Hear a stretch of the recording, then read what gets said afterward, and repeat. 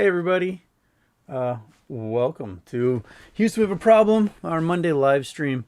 Uh, I got sent in the last couple hours like 50 messages from FX Hedge saying that margin calls were going down at 2 p.m. Eastern time, which would have been what, an hour and a half ago.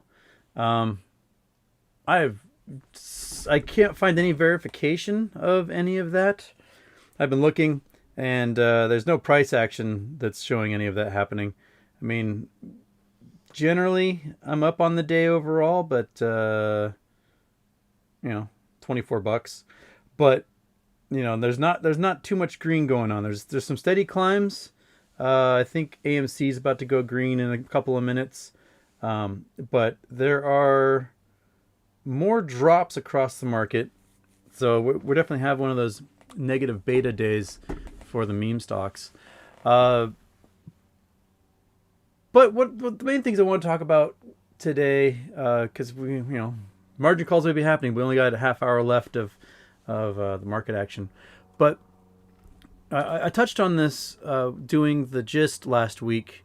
We talked about why the hedge funds spend so much time getting people inside of Reddit boards, commenting on Twitter and on YouTube videos and spreading the FUD and things like that. It's because it's cheaper than actually covering your positions. If covering your positions costs, trillions of dollars, you can spend pennies essentially and get in there and mess with people's minds. And so when we see weird drama in the investment community, it could be because people are addicted to drama. It could be because people are bored. And like, this has been going on so long, they're like a little bored crow that's pecking on a cow. They just need something to do to keep themselves busy. But none of that changes the entire goal, which is hold and wait. That's all we're doing. So it's all the drama in the world does not change that core principle. The other action that people are doing outside of the drama is they're discovering that they can go into the certain brokerages and turn off payment for order flow, and so have any of their stock orders go directly through the Nasdaq or New York Stock Exchange. You don't have that option, I think, in some of the app-based trading programs like Webull, SoFi, Robinhood, and others. But through brokerages like Fidelity, you can get what was it? The Fidelity. It's like Fidelity Premier. I can't remember what it's called. But if you get it's a free upgrade to your trading account, and it gives you the option to like click, do all my trades through the market, and that starts to impact buy pressure because it's not being hidden off the exchange in these dark pools. They're going through these payment for order flow, high frequency trading programs, and that might be another tactic we can finally use to see our buy pressure get represented in the market and the price on these stocks. So that's one of those things we can do. We know that the FTDs got reset. We think they got reset through these credit swaps. So the debt of the FTDs go trade. They trade one block of debt for another block of debt, swap it around, and when they reassign the name on there, it resets the FTD cycle on those things. And that stuff is shady, and we should keep our eyes on it. Because all it's doing is just doing the cliched kicking the can down the road, and we are, we just have to sit. We don't have the big presence of a huge financial institution, so we can't really generate the necessary buy pressure to move the price of these stocks in large fashion. Somebody had sent me a tweet, and they're asking me like, "Hey, what if every Monday we just all buy stock buy GameStop stock at 12:30 p.m.?" And I was like, well, if we all did that, that would be considered collusion, and that would give the government the excuse they need to step in and stop trading and do an investigation and just go for settlement. So I don't think we should, as a group, try to do what the hedge funds are doing. I think just buying and holding because you like the stock is the way to go. So yeah, that's my little spiel here at the beginning, and it's already a boatload of comments in here before I even had a chance to get in. So let's see here. Jimmy wants to hear more about space mining. Well, we can talk more about space mining since that is the future. But throw me some more specific questions that way, and I'll get those going. Yeah, William Morgan's mentioning the margin calls starting at 2 p.m. Eastern time. I mean, FX Hedge, they never post like an article to when they just shout a headline, and then there's never an article to go investigate. And normally margin calls, we don't hear about them. The margin call happens, it stays on the DL until days or weeks later, and who knows if anyone's actually getting margin called. It could be a rumor, I don't know. So and William Morgan also says there's a rumor the U.S. government is working in a deal with hedge funds to manage a market-wide squeeze to get rid of naked shorts, counterfeits. That's probably the only way to do it, is that they have to rip that friggin' Band-Aid and squeeze those shorts out, and then write laws making it illegal to naked short this stuff. So yeah.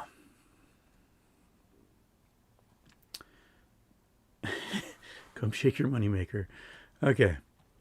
Mr. Magoo's asking, although stock certificates are mostly a thing of the past, do you know if AMC or GME still issues them? Can you still trade them? I don't think they have paper certificates. Some stocks you can ask for them. There's usually a fee involved. It's like $25 a share or something. So you have to be prepared to invest quite a bit of money to get a paper stock if they have it. This is because I think they have to remove it from the electronic system, print the paper one, insure it, send it to you so you have the actual physical document, and it's just a pain in the ass for everybody at this point. And I don't think there actually are paper shares for AMC or GME or any of these the newer stocks. It's older stocks that may have been trading pre-fast system that would probably have them. Moon Jam this week. How's the Plum Jam coming? Oh man, it's, Barf Boo. Our heat wave scorched about half the plums on my dad's tree. Ugh. They're just like a laser beam just bored a hole through a whole bunch of them. So there's the amount of plums on the tree are so few. I may have eaten all of them that can be used. Monkey Butt had a few too. She seems to like plums a lot also. I'm going to collect some more this evening. I don't know how many more there's going to be. It's pretty bleak. And when it hits 110 degrees, those plum trees don't seem to do very well. So I don't think there's going to be any jam this year, which is a real bummer. Normally the tree is like weighted down to the ground and it's like just pulled down with all the plums. And this time around the tree's like springy and happy because there's not very many on there. Okay. Irish Cowboy says Robinhood isn't showing the right prices for HYG puts. Yeah, I'll have to check. I haven't looked recently. Okay.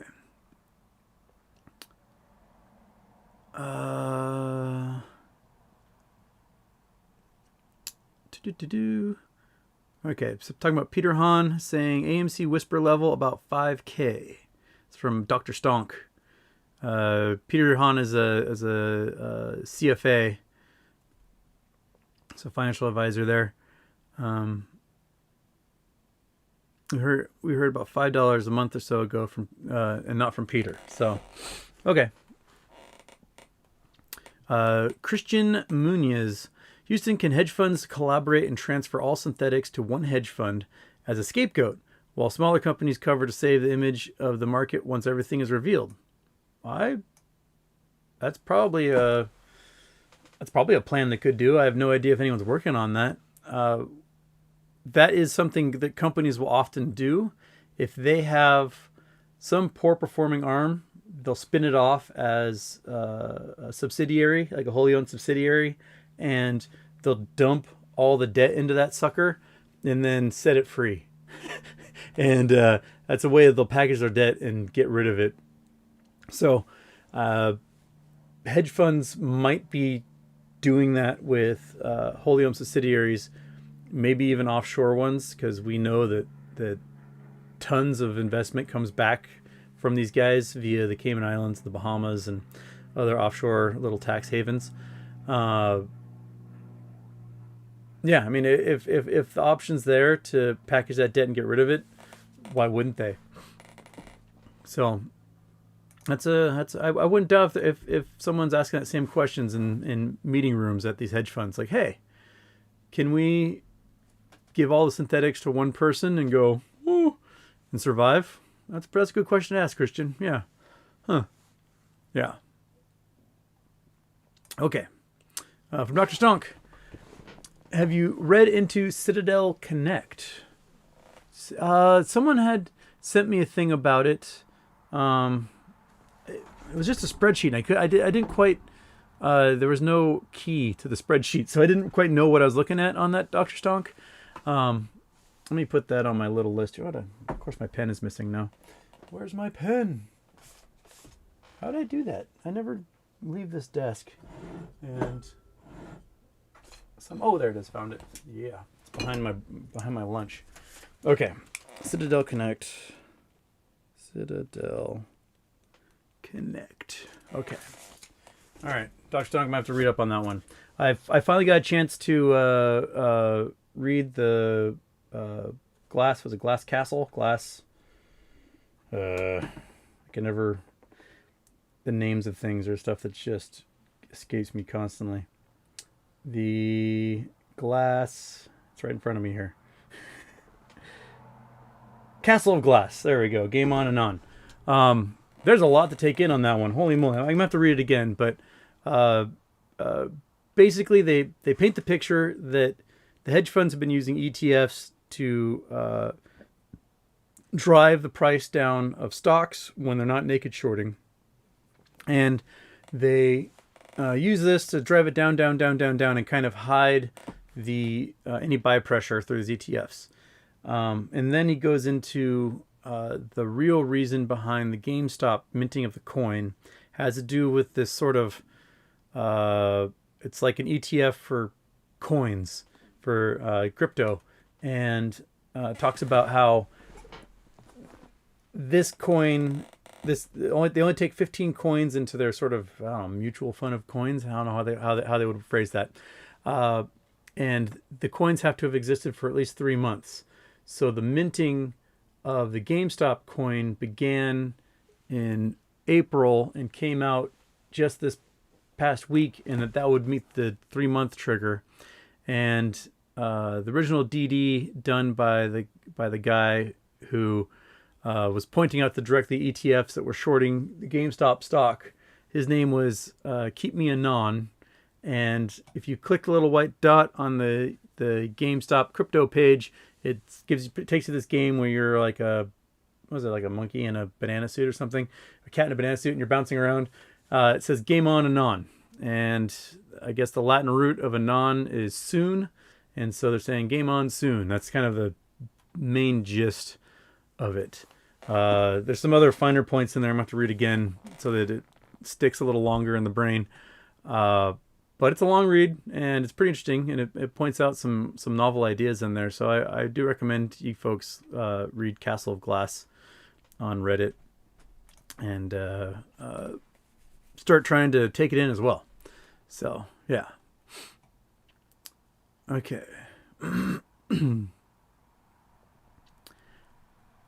Let's see here. What little questions we got going on? Two-wheel freedom. Quick, somebody check what the senators are buying and selling. Yeah, we all know that members of Congress insider trade constantly, and they specifically made rules that they're not subject to insider trading laws, even though they can have insider information at any time as a result of basically being in charge of these regulators. And they also, can grant contracts and budgets and all sorts of stuff that can affect the price of stocks. The big ones we saw last year was after members of the Senate got briefed on the coming pandemic, they sold off a whole bunch of shares in companies that will be impacted by a shutdown, and then bought things like biotech companies, Zoom, other stuff that will take off as a result of the pandemic. And, nothing happens to them. Even if one of those senators is married to the president of the New York Stock Exchange, she can insider trade all day long with the info she gets. And it's not one party. Both parties do it, and both parties benefit from that. And I think it's important that as a public we push for them, because they have to be the ones who write the law, to say, hey, if you're going to be an elected member of the Senate or Congress, or an appointed member of the cabinet, or in charge of an important agency, you should have to take your entire wealth and put it inside a blind trust. And that way your decisions can't be directly impacting the price of stocks. And you don't know what you own, and you don't know where the money's going. So you have no idea. You're just doing your job as you should, and your investments are doing their job as they should. And those are two separate things. We should not have a system where members of any elected party in any capacity in any government should have insider access to trading. That's bullcrap. And if you and I can't do it, they shouldn't be able to either. So there's that soapbox. Christian Munoz also says retail traders will definitely be accused eventually if these communities continue after the MOAS. Well, yeah, I mean, I do think that these communities will definitely continue after MOAS, because we've seen how powerful it is that this hive mind works towards a single goal, which is, hey, let's take the hedge funds down and make a lot of money. The hedge funds hire a bunch of smart people to do all this stuff. Why can't we do it for ourselves? Komodosh asks, what blue chip high dividend companies would you invest in post MOAS and market crash? That changes for me quite a bit. I know that if I've got the pile of cash after the MOAS, I would take a bunch of it and just stick it in Vanguard funds and let them deal with the day-to-day nitty-gritty, because they just climb and climb and climb and climb. The slow and steady wins the race. And those Vanguard funds, a lot of those index funds, they just buy the entire market, because the entire market grows over time and it hedges against itself constantly. So some of those best performing funds are ones that have the most possible companies represented inside of them. And then there's specifically dividend funds you can invest in. Some of them ethically, I may have problems with them, like Phillips 66. Phillips 66 is an oil company, but quarter after quarter, year in, year out, they give a set dividend. There's health insurance companies that are really high yield dividends, but I think health insurance companies are evil, and I may have moral qualms about putting my money with them. And I don't know, it's weird. Like, they're gonna make money regardless, but at the same time it feels just dirty and hurts my soul to know that I'd be making money off the fact that they're denying people cancer treatment or surgeries that they need because to give me money. It just money isn't the root of all evil, but it can be evil at times. And I think it's important to have some sort of moral integrity so that you don't feel like crap. And all the money in the world won't change that feeling inside of you. So I probably won't be going for those health insurance companies and investing in them at all, just because I don't think they should exist. So but you can, there are good lists. If you just Google high dividend stock, things like that, usually, Yahoo Finance, Google Finance, CNBC. There's a lot of mainstream outlets that will just give a list of who is giving the most dividends by quarter, the most dividend on average, like over a set period of quarters. And those dividend stocks are traded and often packaged into various index funds that are high yield dividend companies. Like, sometimes the dividends might not be huge, but they're very consistent quarter over quarter. So companies like Costco, they they're a club. So you buy a membership to Costco, and most of the profit Costco gets is off those memberships.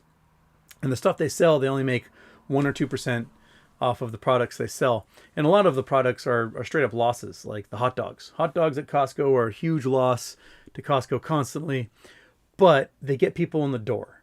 And it's one of those perks of membership that Costco has is like, yeah, you buy a membership, you're going to get your $1.50 hot dog and a drink.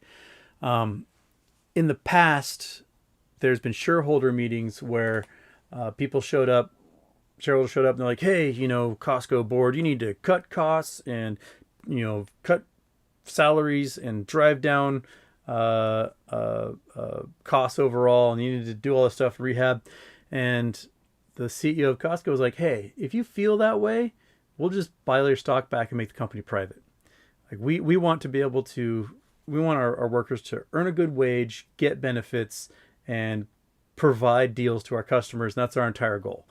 When they brought a new CEO in who was still kind of working under the chairman and founder, he suggested raising the price of the hot dogs. And the chairman and founder was like, if you raise the price of the hot dogs, I will fucking kill you. That hot dog will stay $1.50 forever. 50 years from now, you'll be able to buy a hot dog at Costco for $1.50. Because it's a staple. It's one of the perks of membership that they have. And Costco isn't about screwing over their employees. I mean, the person selling you the hot dog is probably making $40K a year with full health benefits. They pay for community college for their employees. They do a lot of benefits that other big box retailers do not do. You won't find that at Sam's Club. You won't find that at Walmart. You won't find that at Home Depot or Lowe's or any of those other big box places. So there are companies where you can feel good, get a solid dividend quarter over quarter, and you have to look at that corporate culture. And who knows if it will last with Costco? When the founders die off and their kids or grandkids get those shares, who knows what dynamics will go into the company then.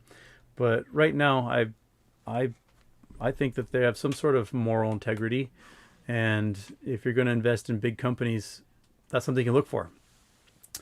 That kind of got me going on a little tangent there, but yes, do a Google search. Just type in dividend stocks, and you'll find like the top 100 dividend stocks, and you can kind of go through that and see who you feel comfortable. If you're looking at long-term strategies after MOAS, and again, this is not financial advice. I'm not a financial advisor. You want diversity. You want as much diversity as possible in your portfolio, and that way they hedge against each other. And because we all want to get to the point where we can set it and forget it, right? You got your millions, you can just dump that in there and know that year over year you're going to make a set amount of money, and you can sit on your yacht and have champagne with supermodels or whatever it is you're going to do with your time. And that's the goal, right? Easy E. Should AMC do Ape Week? Like each day is different monkey movie. Mighty Joe Young, Planet of the Apes. They can embrace the branding. That'd be funny. Why not? I mean, AMC needs to start maximizing on all this positive press they're getting. I mean, these companies are getting as much free marketing as possible. So, and with all those older movies, the rights to show them are really cheap. So they can make the ticket prices pretty minuscule, make nothing but profit off of that, and then they're selling their popcorn and candy and soda, which is where the real money comes from for all those establishments. Movie theaters are kind of like gas stations, in that a gas station, the people who own the gas station make almost nothing off of the gas. They make all the money off of the concessions. You go into the convenience store, you're buying beer, Hostess donuts or whatever you're buying, that's where they actually make their profit. And the same thing with movie theaters. They don't make any money off the movies themselves. They're making money off the concession stands, which is why they get upset if you're sneaking in candy. But then again, the candy is ridiculously expensive. I do think movie theaters need to do some sort of cost-benefit analysis with their candy and popcorn, because maybe they might have already figured out that sweet spot is like $5 for M&Ms, but it just seems kind of expensive for families to do that, and that's they might not be moving the volume they need to with those prices. But there's always a line at the concession stand, so I guess folks are doing it. But I sneak candy in. I'll admit that right now. Good luck arresting me. But yeah, I like your ape week idea. Do it, AMC. Do an ape week. Show a different ape movie every single night of the week. You do what's the one that Reagan had in? It was like Bobo, Breakfast for Bobo or whatever. You show all sorts of weird ones. Or what was the one with Clint Eastwood? Someone will pop it in there. Yeah. Never work with apes, never work with children. I think it's the Hollywood rule, right? Okay.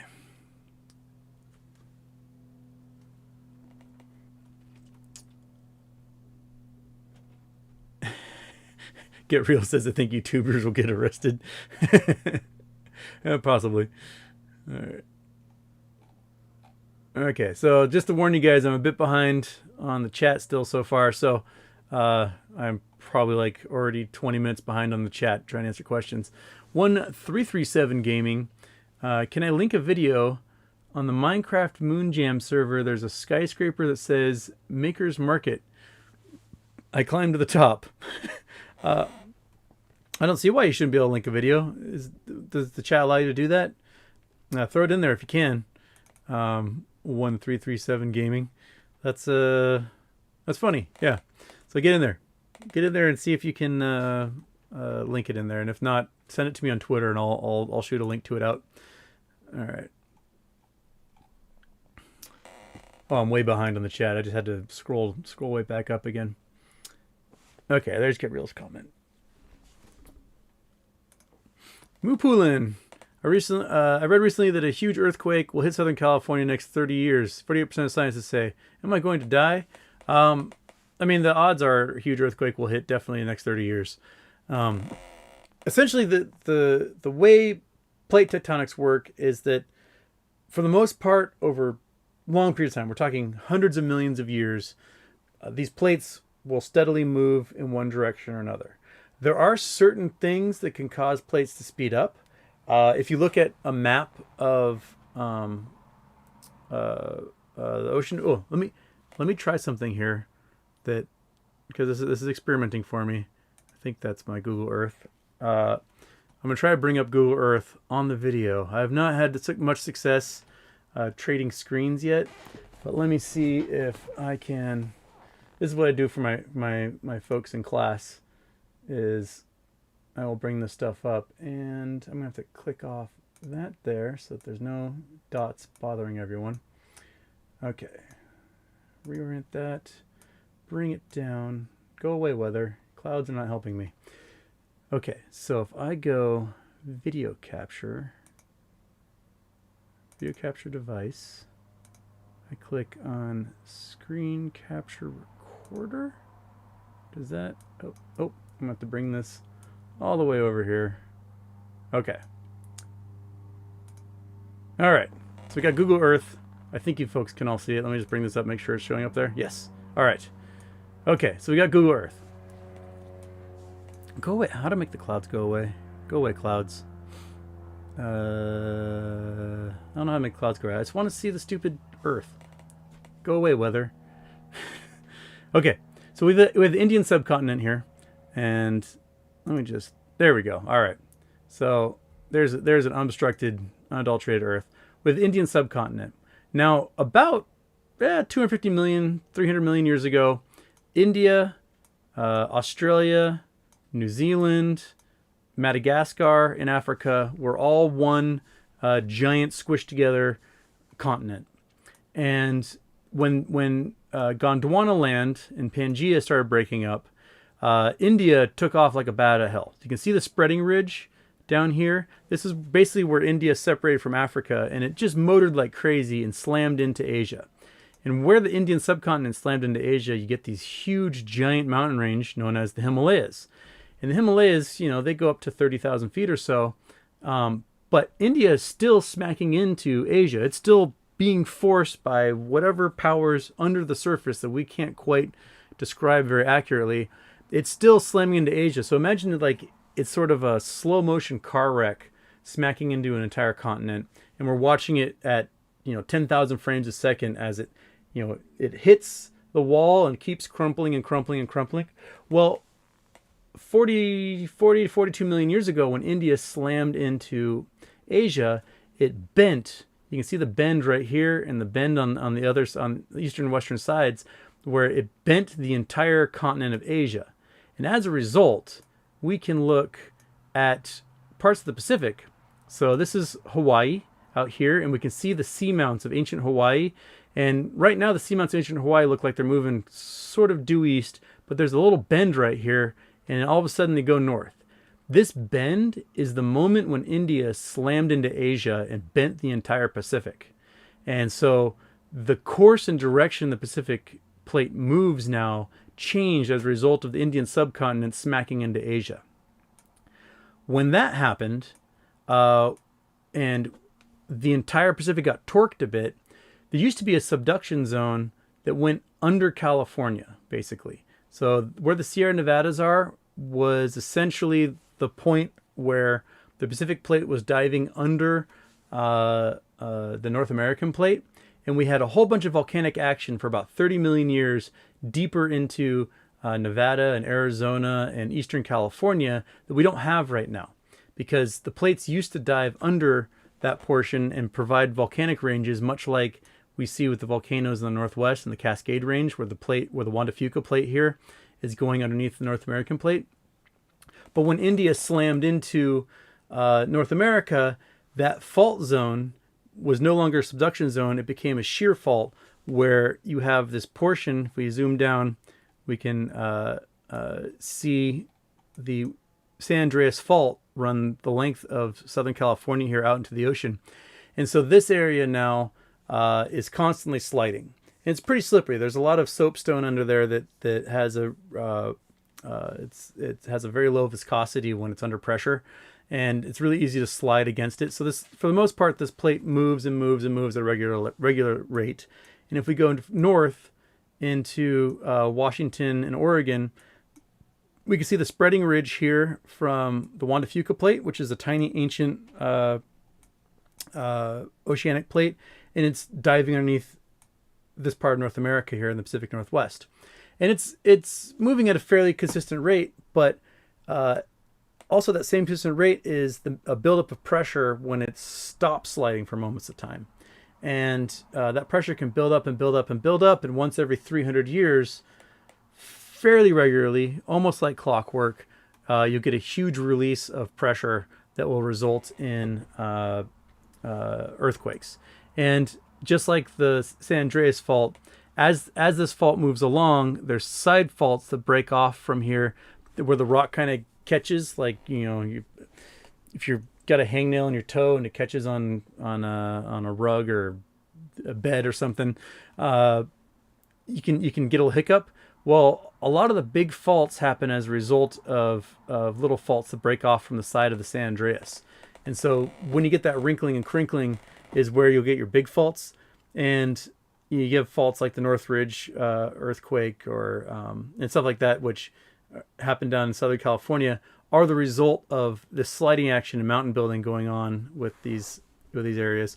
And it's fairly consistent. We can measure, like, oh, this fault ruptures every 900 years, this fault ruptures every 1,000 years, this one ruptures every 40 years, and we can see a pretty consistent rate. So when the scientists say the probability of a big earthquake happening in the next 30 years is high, it's because, we get in that time scale. The last really big earthquake we had in California was probably the Northridge quake, which was in 94 in LA.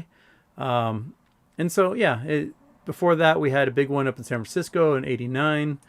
We had a couple of 7s out in the Mojave Desert out this way more recently, but it's really low populated areas.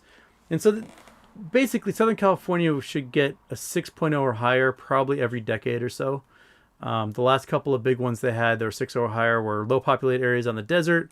And then they had a couple up by like Eureka, I believe, about 10 years ago. But again, lower populated areas compared to San Francisco or LA, so they don't get as much notice because they don't cause as much damage. All right, now that I've worked with that and you guys got to see, let me see if I can actually make my, I go screen capture device, back to my camera. There I am. Yay, okay. All right. Okay, so now we did that tangent. So yeah, so are you going to die? I can't predict that. You may want to go to a palm reader for that. Don't go to a palm reader. They're charlatans. Just make sure you have had your home checked over for whether it can handle the shear strength of the earthquake. It's been retrofitted. Make sure you've tied your furniture to the walls. I've got little screws hooking up all my bookshelves to the walls. Make sure they don't tip over and squish me or the dog, and if the earth starts rumbling. Do little things like that. You know, your china cabinet might not make it and its contents inside, but hopefully you've got a nice desk you can dive under if earthquake happens. So there you go. there's our Google Earth earthquake lesson. I'm glad that worked. Okay.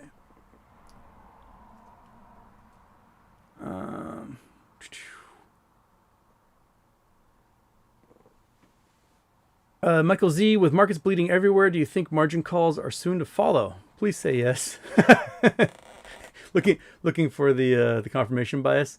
I mean, if the FX hedge tweet is real, then we may have been seeing them. The markets have just closed, so let's see what they managed to do for the day and what's happening after hours. There's quite a bit of red across the market, and costs and GME rose a bit today. AMC, after starting poorly, looks like it kind of recovered, but none of my call options are doing very well at the moment. So, yeah, I'm hoping that these margin calls happen because that's what's needed to finally correct this stuff.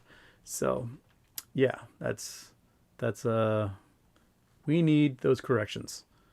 Yes, there's Jimmy D was #1 handsome man again. Do you like the shirt today, people? This is a nice shirt. My mom got this one for me. It's very lovely. I like it.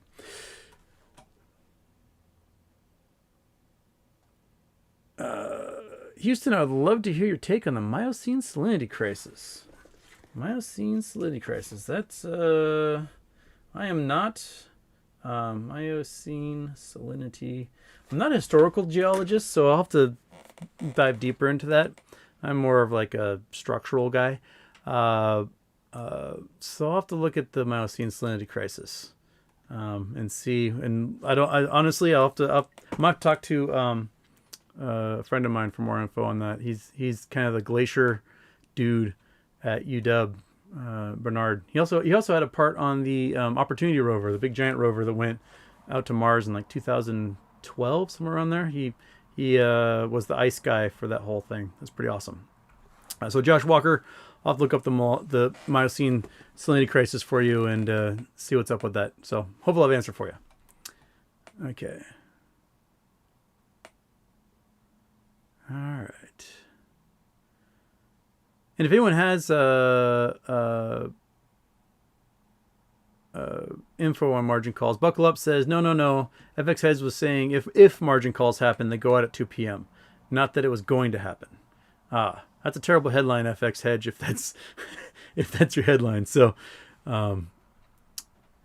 they should probably work on how they do those headlines so they don't sound so sensational that we have to like decipher it later. Okay. So I'm gonna have to look up. Say, Just from Dax also mentions the Citadel Connect, so I'm going to have to look that up for Wednesday's show. I won't be able to do a show tomorrow. I'm going to do going to the city to have lunch with my aunt because I haven't seen her in like 2 years. So, COVID caused that stuff. And so give her a nice hug and go eat a sandwich and walk the city with monkey butt. So that's what we're going to do.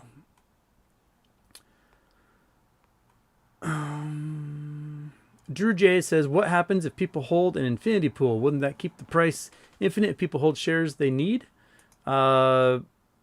Basically, that's kind of the prisoner's dilemma that we're in, is that if people hold forever, the price theoretically shoots to infinity. The problem is that everyone has a price. And a lot of people will go, well, I'm going to be worth $100 million.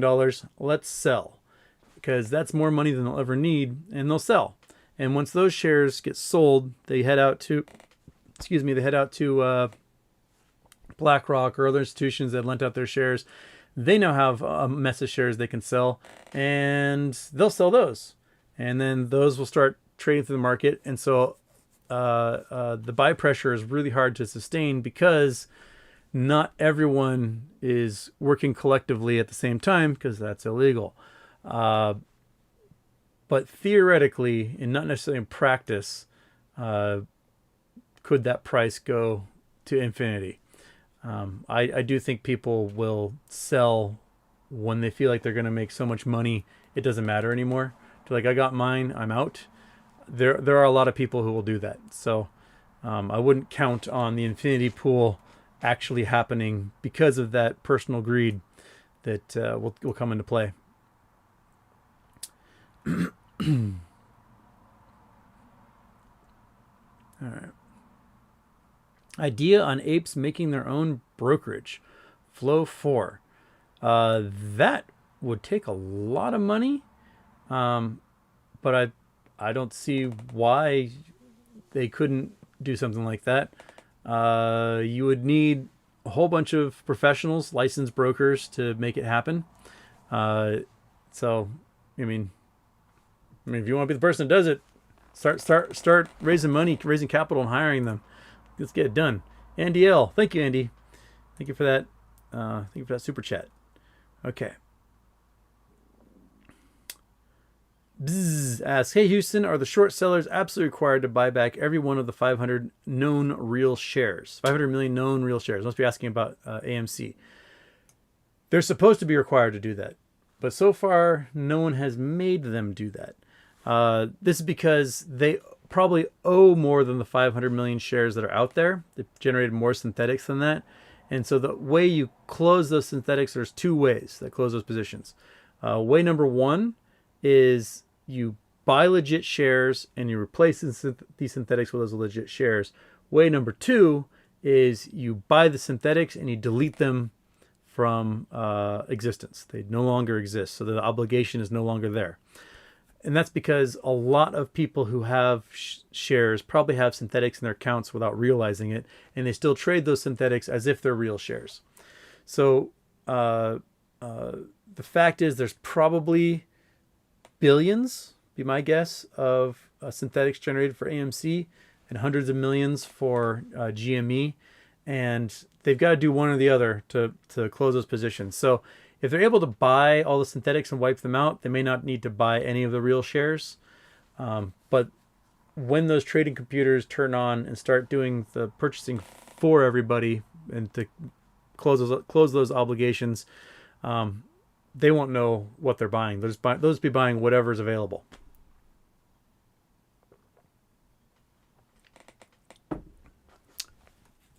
Josh Walker, hey Houston, do you think the Great Flood myths are just our collective oral history of the Canadian ice sheet melting? Well, the Great Flood myths, there's flood myths all over the place, in almost every culture in the world. If we didn't have satellite pictures and internet and television, the floods happening in Germany right now would probably go down as a collective flood myth had they happened 1,000 years ago. We have all sorts of different flood myths. About 7,000 years ago is when the Bosphorus Straits had their big rupture and flooded what is now the Black Sea. That is probably a flood myth that is tied to Noah's Ark. Then there's floods like about 21,000 years ago. I might have my dates on that one wrong because I'm not a historical geologist. There was a meteor impact in the Indian Ocean that caused mega tsunamis throughout the Indian Ocean. You can actually see these like chevron-shaped mounds of dirt where these 400-foot waves went over Madagascar and just wiped out a whole bunch of stuff in Madagascar and throughout the Indian Ocean. Probably flood stories from that. During the last ice age, the climate was very different. So the temperate climates moved much further south into what is now Southern California. And all the Mojave Desert was Lake Mojave. It was a giant lake. And you can see in some of the mountains, like the shoreline on that lake. You go to Fort Rock in Oregon, which is a really cool spot. Fort Rock is this little volcanic nub that popped up out of this ancient lake. I think it was Newberry Lake is what it was called. Newberry Crater somewhere near there. And it was a big lake. It was hundreds of square miles in size. And you can see the shoreline action on this little rock from the ancient lake. Lake Bonneville in Utah. So Lake Bonneville in Utah was 500-600 feet deep. And if you go to Utah, if you go to like Salt Lake in Utah Valley, you can look at the mountain range and maybe 1,000 feet up, I'm not sure the actual elevation, there's this perfect line that goes across all the mountains all around that entire area of Bonneville, Utah Valley. That's because there's an ancient lake that had levels that were that high, and that's where the ancient shoreline was. So we had, in looking back 10, 15,000 years is a fairly recent history, geologically speaking. And so there were huge lakes that were happening then. In the Puget Sound, where I am, these glaciers came down out of Canada and they blocked off the flow of water from inland Puget Sound out of the Cascades. So there was essentially in the Puget Sound lowland, there wasn't the ocean that's there now. It was a bunch of prairie. And the rivers came out of the Olympic Mountains and out of the Cascade Mountains, and they flowed down that prairie out the Strait of Juan de Fuca and into the Pacific Ocean. Well, when the glacier came down, it made this giant wall. And so all those rivers that emptied into what would have been that prairie filled up and made a giant lake. And that's where we get a whole bunch of the clay that's found and is miserable for a lot of people and causes lots of landslides. All over the Puget Sound is that clay layer that's called Lawton clay, because it was found at Fort Lawton in Seattle, was where it was named, which is now Discovery Park. And that Lawton clay is the sediment from the ancient lake that formed in front of the glaciers. And the glaciers eventually came down and scoured it all and left behind all this gravel and sand and things. So we have historical flooding that happened within the range of when people were living in these areas that must have been flabbergasting, because sometimes it happened within a lifetime and just these lakes appeared out of nowhere as a result of the drastic climate change of these glaciations, interglacial periods. We're in an interglacial right now. And, river systems flood. Sometimes you get the 500-year flood, and those are historic. And if villages were along the Mississippi River 1,000 years ago and they saw a flood once every 5 generations, that stuff would go on in oral history. So a lot of flood myths, I think, are the result of either glaciers arriving or glaciers melting. And, if the ocean seems like a fairly steady thing, and the way it fills up is slow, usually, and the way it recedes is slow. So it can be very hard to for cultures to really know, like, oh, the ocean level, like our fishing village was here and it's gone now. It takes a lot of time for that to happen. So I think, the drastic flooding we might see from the Canadian ice sheet melting, from Greenland melting, and from Antarctica melting is probably more sudden than what folks historically had. And we got the satellite photos and we can see where it's from, so we don't have to develop these myths as the reasons why we saw those floods. All right. That went off a big tangent as well. I'm going to say this right. Robut Guiman. Am I saying that right? I hope I'm saying that right. What does D-Day, Moas Day, actually look like? What should we expect? How will we know? How should we react? I'm nervous already. What it should look like? My guess is when it comes, it's going to last for several days, if not a couple weeks, just of how much accounting has to get done. Uh, the way I picture it is we see perhaps bad news. We might see some hedge funds just announce like, "Hey, we're toast."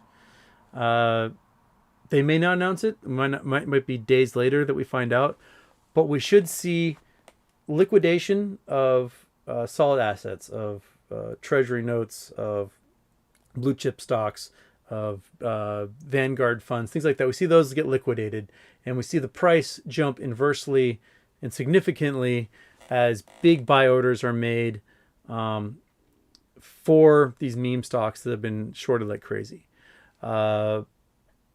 And if a significant enough fund gets liquidated and that drops the price of these blue chips, we might see a chain reaction happen to other hedge funds down the line because they see their assets shrink compared to their obligations, and those obligations grow because the buy pressure increases on those meme stocks that they've shorted, and they get margin called, which then causes other groups to get margin called. So we might see a chain reaction of margin calls. We may see the price action before we ever get the announcement of those margin calls or of the banks having to dump a bunch of cash to cover those obligations. I'm not sure if we'll ever hear about the trading computers at the DTCC ever turning on. I don't know if they'd ever announce that stuff. We may just have to infer that's what's happening just because the price action on these stocks gets so high that it can't be anything else. So that's kind of how I'm picturing it, is that they won't necessarily announce in real time that these hedge funds are getting shorted, because that could have a further negative impact on blue chips. So they may talk about it later, days or weeks later, when they've got to do their monthly financial review for the public.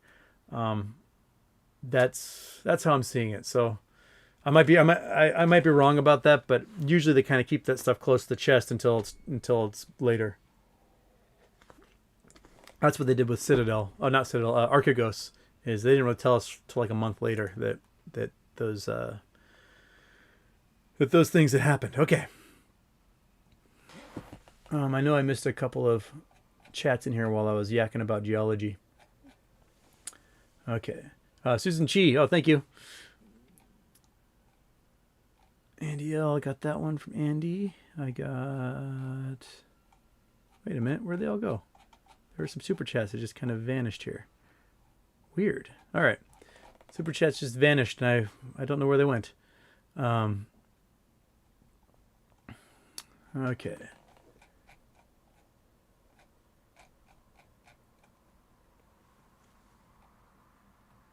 Oh, that's because for some reason my chat vanished. I lost the top half of my chat. Sorry, guys. I can't scroll up and it's just gone. Okay.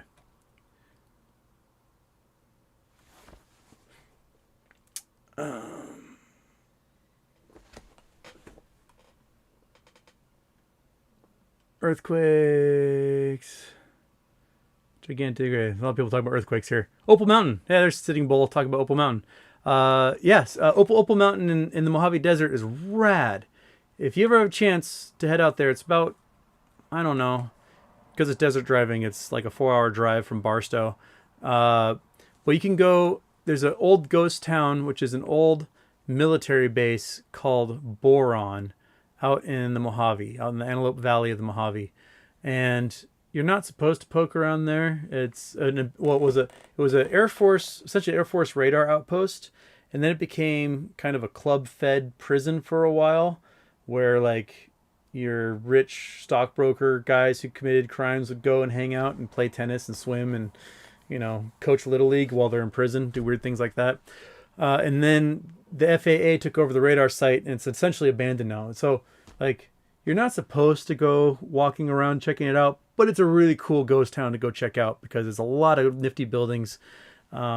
and go there and film skateboard videos and stuff. You can see cool videos of guys like dirt biking, doing jumps out of the pool and things at that place. If you head east of there, you get to a spot called Opal Mountain, and another place where Opal Mountain is called Inscription Canyon. And there's 12,000 petroglyphs in the canyon along Inscription Canyon. And they don't necessarily stand out at you. There's a whole bunch of old basalt boulders all over the place that kind of come down the canyon walls. And you have to climb around on them. But those inscriptions were made 12,000 years ago by the Mojave people on what were the shores of Lake Mojave back then. And Opal Mountain was an ancient volcanic range that popped up, and basalt flows came out of it. It's like an old shield volcano, and then the magma chamber heated the groundwater, and it popped up out of there through all this volcanic ash and made a boatload of opals. And so the Tiffany Company had a mine for fire opal there until I think pre-World War II, and it's been filled in since then. But there's an old like rock hut still out there you can sit in, and you can find old veins of opal. But it's a really cool area, and it's surrounded by dry lake beds and a whole bunch of old military airfields from World War II. So if you have a chance to head out to Opal Mountain, you can see what the ancient Mojave lake bed looked like, and it's just a cool history. There's old watering wells because there's a stagecoach run that went through the Mojave there. So you can find old like troughs for the horses and other cool remnants. And you are just alone out there. There's not really anyone. If you break a leg, that's it. It'll be 3 weeks until someone else heads your way.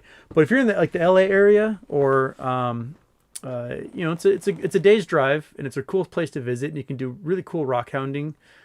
Great camping spot, not much light pollution, so you can see the stars really well. So yeah, Sitting Bull, excellent. Go to Opal Mountain, good spot. I love it there. I go there every couple of years just to kind of see it and reset and look at these beautiful ancient petroglyphs that are all over the canyon walls there. And be respectful. Don't take the rocks that have the carvings in them. Don't fuck it up and put your own on there. Like, appreciate what was obviously a very sacred spot for these ancient peoples along Lake Mojave, and just sit and revel in that history that hundreds of generations will come to this spot and leave their mark. There's a cool cave on the north side overlooking this ancient dry lake bed of Opal Mountain, and they think it was a fertility cave that literally has notches on the wall for the amount of times people banged in that cave to get pregnant. That's kind of what the archaeologists believe was there. So you can go to this cave and be like, hey, a lot of getting it done was done in this cave. Like, thousands of babies were conceived in this hole in a rock. It's just cool stuff to see that people are people. No matter what culture you're from, you're still gonna have, like, hey, yeah, I got it done right here at the Hard Rock Motel on the side of Opal Mountain 12,000 years ago. So yeah, the entire point of my rock treasure hunt was so that people will go visit this stuff and see these things out there and explore and learn our history and just see parts of the world that they never occurred to them to go look at. And it failed miserably because I was hoping it would last months and you guys would be going all over the West looking for my treasure. But we're just gonna have to we're gonna have to try to do another one. Get you out hunting and looking for stuff. Yes. How's your geo beds? Sitting Bull, you're wonderful. Yeah, keep popping them in there. Lots of cool stuff out there. And if you're going to go to Opal Mountain, you might as well head further east and get closer to the Arizona border, and you can start looking for Mexican fire agates, which are my absolute favorite gemstone. They are cool. They look like they have, the pillars of creation inside of each rock. They're amazing. Okay.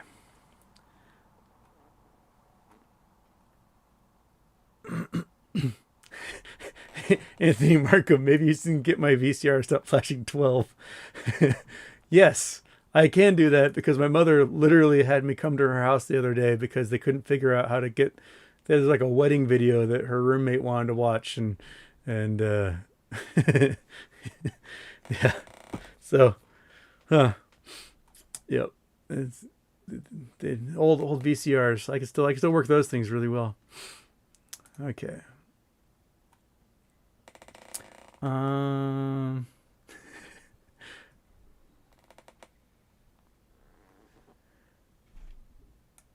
Oh no, is something not working? Okay. Okay. Oh no, it's saying that you couldn't see what I was talking about when it came to the video. It didn't pop up. Oh man. All right. And then obviously my OBS is not allowing me to show what my map should be looking at. Damn it. Okay.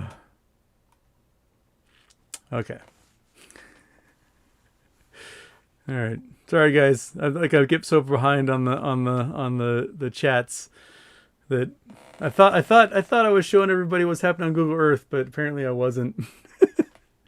Well, now I realize it now, like an hour later.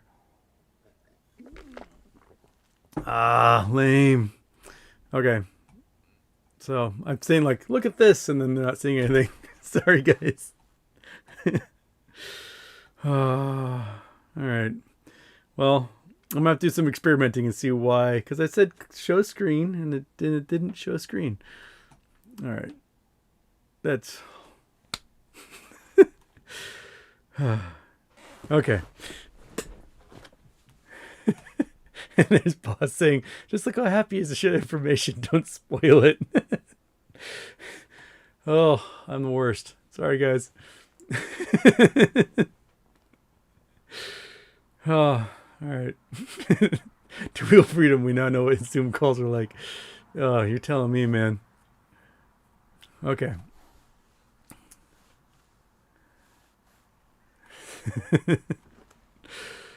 Oh, now my face is like red with embarrassment because my Google Earth didn't show up at all. Okay.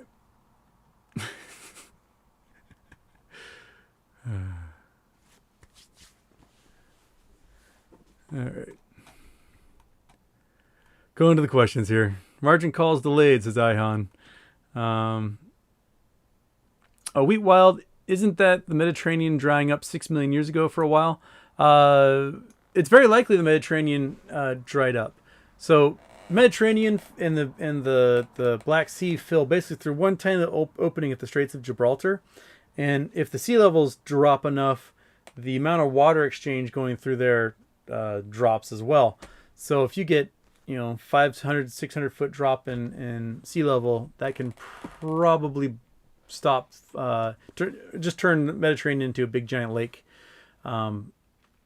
So when it gets really, really cold, it snows a whole bunch on land. That snow sticks and stays on the continents, and that water is removed from the oceans essentially over time. It's when that water then melts and floods into the oceans, you get ocean rise. So the colder it gets, the more snow that get on land, the further the ocean levels can drop. There's only a set level of how much oceans can rise overall, because there's only so much water that can be contained at any one time on land that can flow into the oceans. So I think I'll have to check the books again, but I think we can see about a maximum of 400 to 500 feet in ocean rise potential from how much land ice there is overall. But there's basically an infinite potential for how much the ocean levels can drop. I'd say infinite, but it can drop thousands of feet if necessary, depending on how cold and how long those glaciers remain. Okay. FAQ, why would buy pressure matter if there aren't enough shares to cover the float? The buy pressure matters because lots of volume means lots of buying, and the more people buying, the more the price rises naturally through that supply and demand. And if that price rises naturally through supply and demand, that makes the obligations for hedge funds higher. And if those obligations get too high compared to their assets under management, that can trigger margin calls. And those margin calls are what we're looking for to get the MOAS going.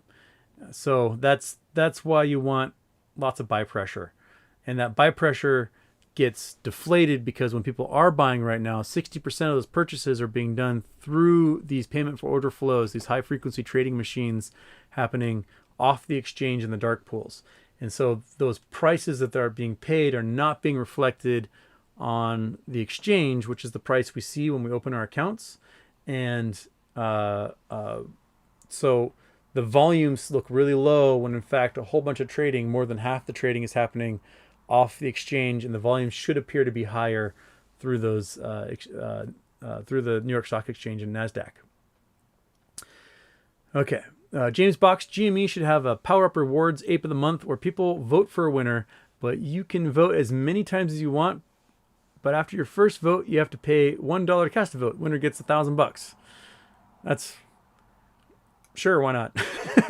So, yeah, if anyone from GME has a power, like, I think they should be doing lots of fun things, capitalizing on their free marketing they have, and I wouldn't doubt if they're getting it. So Adam Mullins is saying AMC's looking hot after hours. Let's take a gander and see where they're going here. Well, it's not really. It hasn't quite gotten green for the day yet, but it's touching. It's just touching that line. So there we go. Andy L asking me, are you planning to do exit strategy video? Oh man, I have that thing mostly written, and I just haven't had a chance to do it yet. Instead, I keep doing these live shows for you folks and not sitting down and writing that because people are like, you need to do more live shows. So, yeah. Al C, are you expecting more COVID lockdowns? You talking about it actually got me considering the vaccination. I think it's very potential. I know the UK celebrated, like, we're reopened today, yesterday, and their number of confirmed cases are like as high as it's ever been. So it's certain areas I think at the moment may face lockdowns, but those are areas where they never really locked down in the first place. It's possible. It depending on if like the Gamma or Lambda variants make headway outside of South America. Those ones are apparently pretty gnarly, and even the mRNA vaccine efficacy has dropped with those. I've got two friends in Ecuador that now have the Gamma variant, and they're not doing very well. So, you know, I don't wish this on anyone having to go through what COVID can do to a large portion of the population. So, you know, if these variants get out there and they spread and it drops efficacy of vaccines, and you know, we could see shutdowns again. It's the nature of pandemics. The 1918 Spanish flu pandemic, when that first came about, and actually we call it the Spanish flu even though it originated in Kansas at a cattle farm, but was first seen in large portions in Spanish soldiers in 1918. That hit men between 18 and 40 really hard and killed a large portion of them. A year later, it mutated and wiped out kids under the age of 10. So what these viruses do, just little changes in their genetic structure, can have a big effect as to how easily they transmit, how long they last outside the body so that someone else can get it, what it does when they get inside the body, how they attach to different cells, how they replicate. So just tiny little changes in their genetic code can make a big difference. The Delta variant is like 2 to 3 times more transmissible than the original one that came out of Wuhan, China, and that one had an R naught of like 7. So we might be getting to the point where the how contagious this virus is could be at levels that are like similar to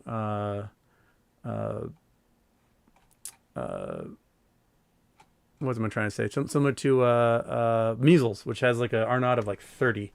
If you don't know what R naught means, R naught is the rate of transmission. So if one person gets the flu, on average, 1.3 other people will get the flu from that person. So if you have R naught of 7, that means every person that gets a particular disease, 7 more get infected. And a really high R naught can cause a virus to spread really fast. So look that stuff up. And the R naught can change whether we're mitigating. So if everyone's like wearing masks and staying away from each other, the R naught will drop significantly. And your goal is to get the R naught below 1, because that means less than one person is getting infected for every one person who has the disease. And that's how you slow down the transmissions and get that population of. Every time I do that, I feel like that guy from Office Space. It squish down the amount of people infected. Okay, this is I am not a catalyst. I'm not. Yeah, I'm not a catalyst. I read that right. Happy birthday. What if the government faked a cyber attack to cover the market? Housing crash in MOAS. Only way to get out of it. That's as good as conspiracy theory as any. I say. It reminds me. When I was in high school, I was anti-authoritarian piece of shit. The school, we used to have this kind of like just absolutely parking anarchy at the high school, and you can just park all over the place. There were no lines painted anywhere, and everyone fit. And then they went out and they painted a bunch of lines, and they removed like half the spots people could park, and no one could get to the high school. And high school kids are too cool to ride the bus anyway, so people were just breaking the rules and parking the wrong spots. So they started towing cars like crazy, just towing cars. So all these high school kids who have no form of income were paying like $300 to get the car out of Hawk. And so I organized a thing called Park Illegally Day, and I put posters all over the school. I said, everyone park illegally everywhere, to the point that it just drives them up the wall. Well, pretty sure the assistant principal called in a bomb threat, and school was canceled that day, because school was canceled that day due to a bomb threat. And the assistant principal was just a smarmy piece of crap. So, authority might be motivated to call in a bomb threat when the school kids get out of hand. So that's as good a conspiracy theory as any. I guess we'll see what happens, huh? I mean, it's very likely an actual cyber attack will happen, because we've seen these cyber attacks getting greater and greater. The solar winds and these like ransomware things, they really are hitting in higher numbers and getting more and more computers locked up. Okay.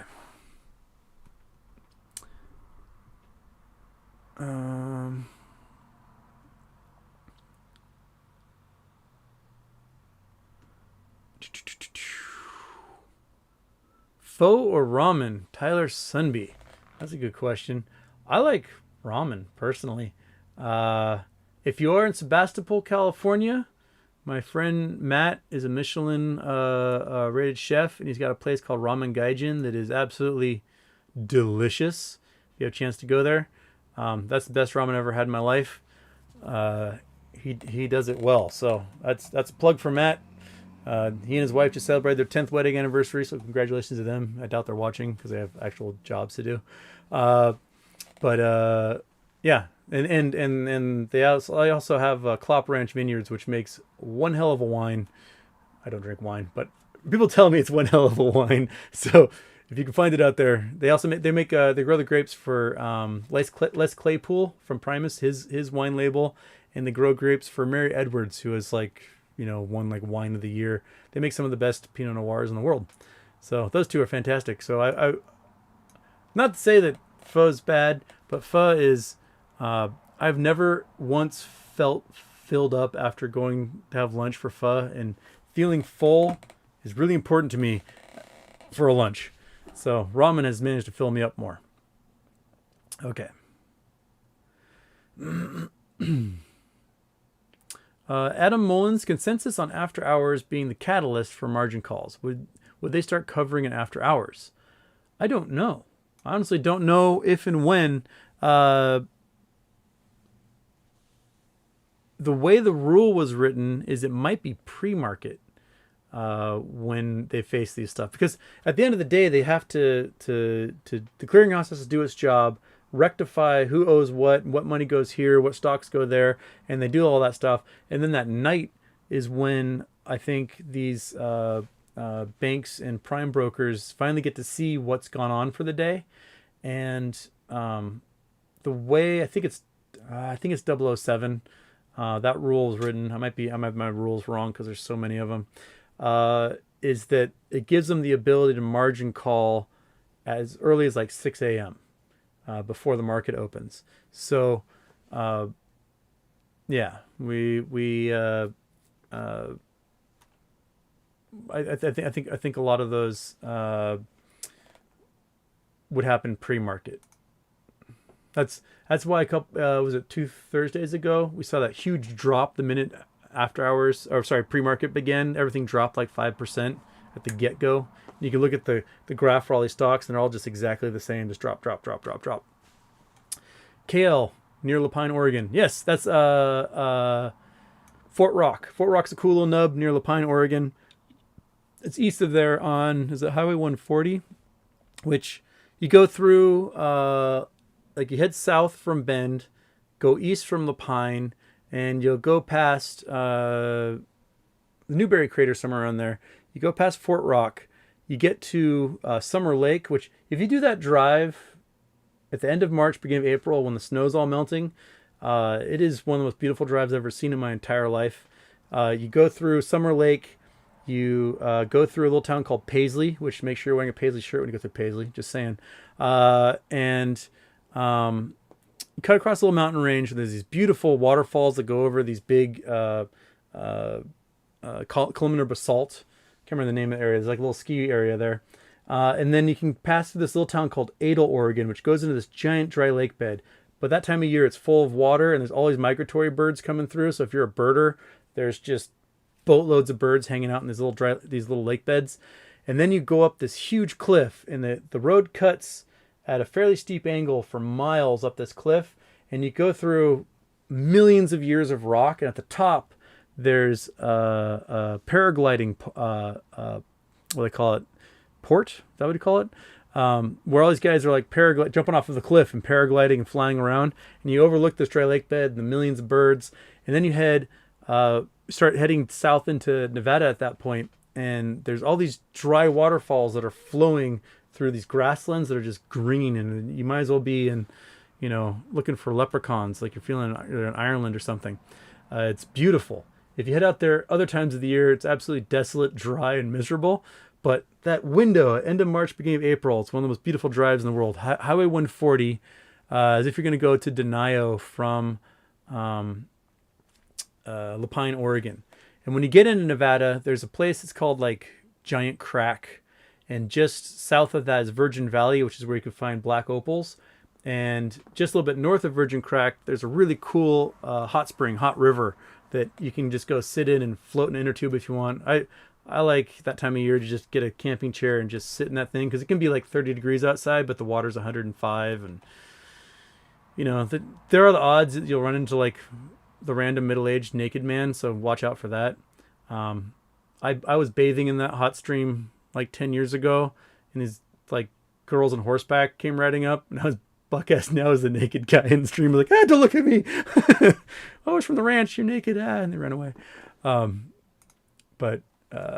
Yeah, so there's cool spots through there. Just from Dax, what do you think of the Robinhood IPO? Is shorting them a trap by the hedgies? I mean, Robinhood is pretty sketchy company, but they're making money and they're doing their IPO. I am just going to stay away from shorting them personally, buying their stock and shorting them, because I don't want to get stuck in any traps by anybody. I don't know enough of how that stock is going to go. They paid a bunch of fines recently. They're losing a large portion of their customer base, but then a lot of people who aren't apes use them to trade. I mean, I still have them on my phone because I use them for when I do options trades, because it's just so much quicker and easier for options than it is using other platforms, which takes so much. I gotta type all this stuff and it's a pain in the butt. So I am part of the problem. I admit that. But I don't use them for doing my stock trades. I use mostly Fidelity for that stuff and a little bit of Schwab. So yeah, I don't know if shorting them is a trap by the hedgies at all. I'm just staying away from that and let nature take its course on whatever their IPO will do. Okay. All right. I am so far behind in the chat here. Let's see here.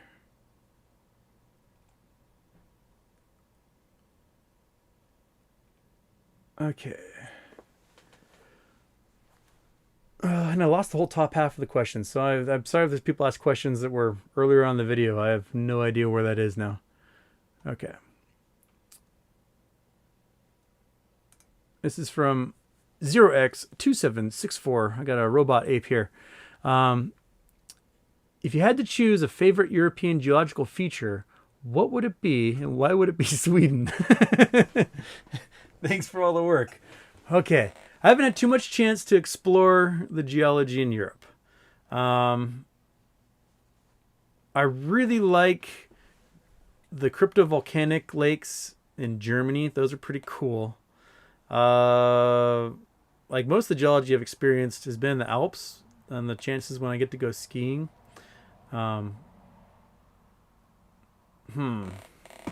to think about that? What would be my favorite geological spot in Europe? I like the fjords. The fjords are awesome.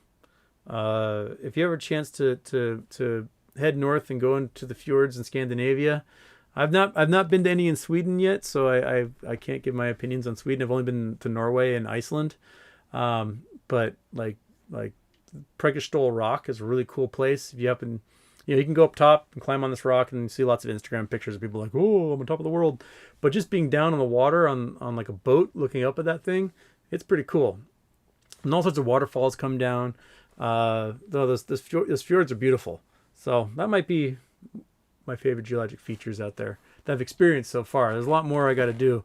My friends who I try to visit every year in Europe, they spend their summers, they have these tech jobs. They can work from anywhere, so they just spend their summers like doing the El Caminos in Spain, or they bicycled from Italy through Europe up into Norway last year, just camped along the way, and they get to see a lot more of it than I do. I'll have to ask them what their favorites are. But yeah. Thank you, Sec. Thank you, 0x2764. All right.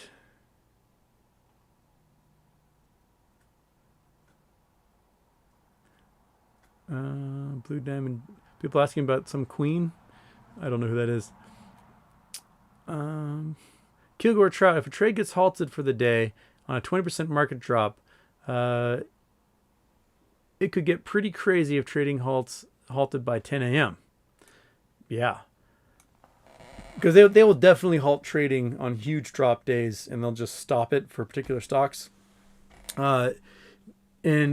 So that might mean that those stocks would have to get moved via dark pools, via bidding processes. So the way, I can't remember which rule it was, if it was the OCC or the NSCC, I can't remember which one it was that basically made a rule that said, because like BlackRock isn't part of the options clearinghouse, they had to make a rule that said, hey, groups that aren't members of the options clearinghouses can now bid on the assets of troubled members. And this means if a member gets margin called and is facing liquidation, that liquidation might not be done directly on the market where they just dump a bunch of stocks in the market, but they'll tell other players who are financially solvent and say, hey, this group is dying. They need to sell all of this stuff. Who wants it? And then BlackRock would now have the ability to say, hey, I'm not a member of your group, but I want to own all that stuff they have. And so they would do some sort of deal off the exchange. And so I think a lot of stuff would probably move that way, Kilgore. So, yeah.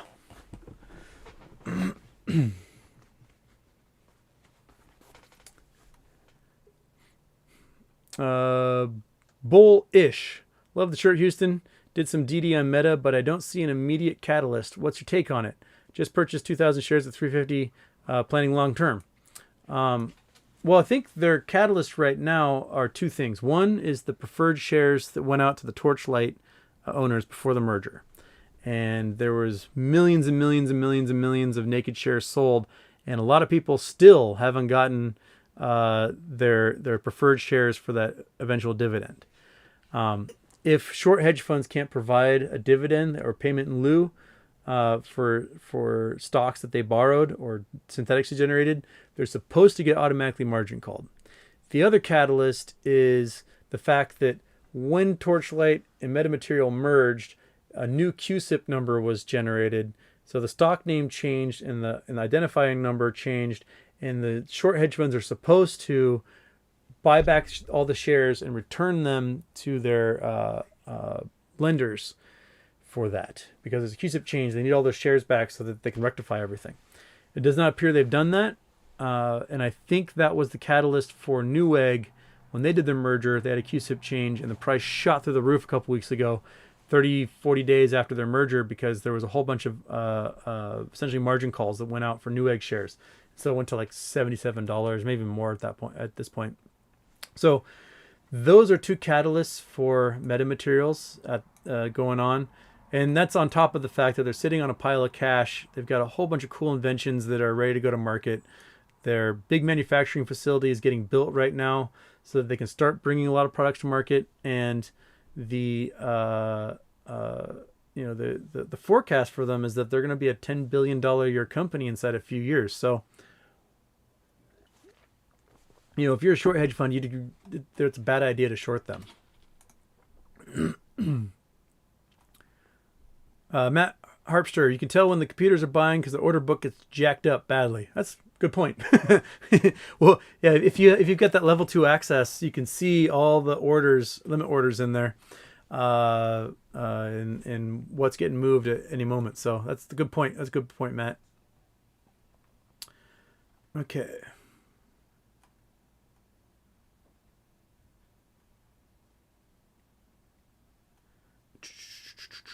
Sitting Bull, does anyone have a clue as to how a company such as GameStop's board feels seeing their stock get hit like this after a 5 million sale at 225 average? They can't tell us. So I don't think anyone. I think only people on the board know, because if they talk about it, that can be seen as insider dealing. So they have to be super quiet and not mentioning this stuff to us. Okay. Donna Hoder. Houston, just got here. So, what the hell's going on with GME? What the hell is going on with GME? It went up today. How much? How much did it go up? Where are we? We're at 173.49. So it's up 2% on the day. That's not bad. Had a significant drop earlier in the day, where it was down a couple points. What's going on with it? We're just sitting and waiting. That's where we are. There's not much more we can do at this point. So yeah. What's going on? Same thing we do every day. Sit here and drink water. Yeah. Okay. So, yeah, but I think we're all just waiting to figure out what the heck the crypto, the NFT means. We were hoping it was going to be our savior last week, and then it just quietly got minted, and we've heard nothing else since. That glass castle of glass thing might have some insight as to what that NFT actually means. So, I hope that insight is right. I mean, everything we do is speculation at this point. It's really hard for we can connect a lot of dots and we can see a correlation happen, but without having access to the insides of these insiders' brains, and without being able to see the trading computers specifically at the DTCC, we don't really know what's going on. And you're also asked, is the market going to crash? Like talking about the probability of earthquakes, markets always crash. That's what they do. Traditionally, market crashes have happened in the fall. And that's because the old scheme of the market was really dependent upon the construction sector. And so the catalyst for the 29 crash, a lot of it is theorized to be, come October, construction shuts down for the season, and that puts a lot of people out of work and drops a lot of orders. And so when you see a big drop in the market, oftentimes it happens in the fall as a result of that. because a lot of industrials are really tied to that construction market, which might be a huge reason why we have such a strong Christmas season now. It's like the biggest retail season there is, because that might have been to counteract the drop in construction sales. Because about the time you have that stop of construction is when everyone starts ramping up Christmas buying. And that's probably what has saved the market for a long time outside of regulations, is that it kept that market stable year round. Now we have a problem is that post-Christmas retail sales plummet every year, and what can counteract that? But like earthquakes, market crashes happen. They happen fairly regularly, every 10 to 12 years. So yeah, it's the last time we had a crash was when the economy shut down in March of last year. It dropped 37% in a matter of days, but it's spiked right back up again when the government just threw a bunch of money at it, and the Fed. So I don't know when it crashes, if it will be one of those like deep spikes and then they actually react really quickly, or if it's going to be something that's going to be deep like 2008, where it takes a year or two to start building back up again. But I think it will crash. When? I think it's going to be sooner than later, because everything's so precarious right now with corporate debt, with reverse repo, with the meme stocks, with COVID. Everything's just kind of there's all these little tipping points that can happen, and that vending machine might land on somebody.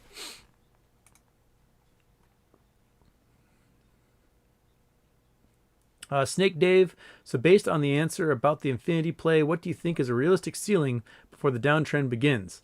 And there is suspected to be more than one swing. How do we guesstimate? Yeah, that's really complicated. You have to kind of think about how many naked shares are there. And for GameStop, 500 million or more. So if when the prices get to a level where it's so bonkers that retail is not participating anymore, that's probably the trading computers. And if we look at the volume go, we're not going to see day trading happen when the prices are at thousands and thousands of dollars. It's probably not going to be happening. Or if it does, it's going to be in such minuscule amounts it won't really matter with the grand scheme of things. But the volume will go through the roof as these computers are buying everything they possibly can at just stupid prices. If, say, there's about 500 million GameStop shares out there, maybe there's a billion somewhere in there that have been generated. If that volume gets close to that 500 million point, you might be getting close to the point where the trading computers will be turning off and the buy pressure will just disappear. But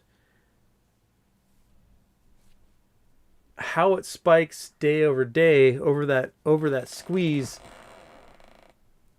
might be the result of folks running out of cash to buy more. So when the hedge funds run out of money, the banks and the prime brokers take over. When the banks and the prime brokers run out of money, then the DTCC takes over. Then there might be periods where the DTCC just runs out of cash again and again and needs infusion from the Fed or other government actors to keep buying and closing the books. So, we might see them buy millions of shares, and by 2 p.m. they have no money.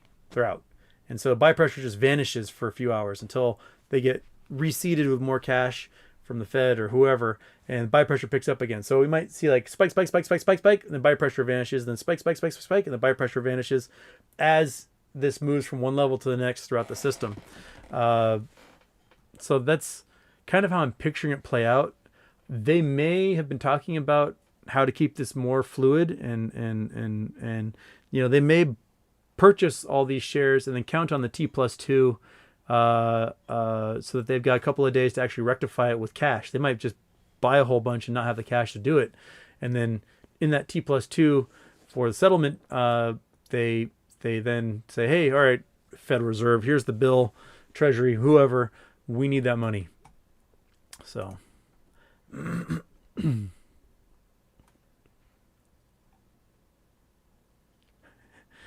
yeah, boss, I'm not going to know the Google Earth mix-up until I see this bid. That's stupid OBS, why don't you ever work the way you tell me you're going to work?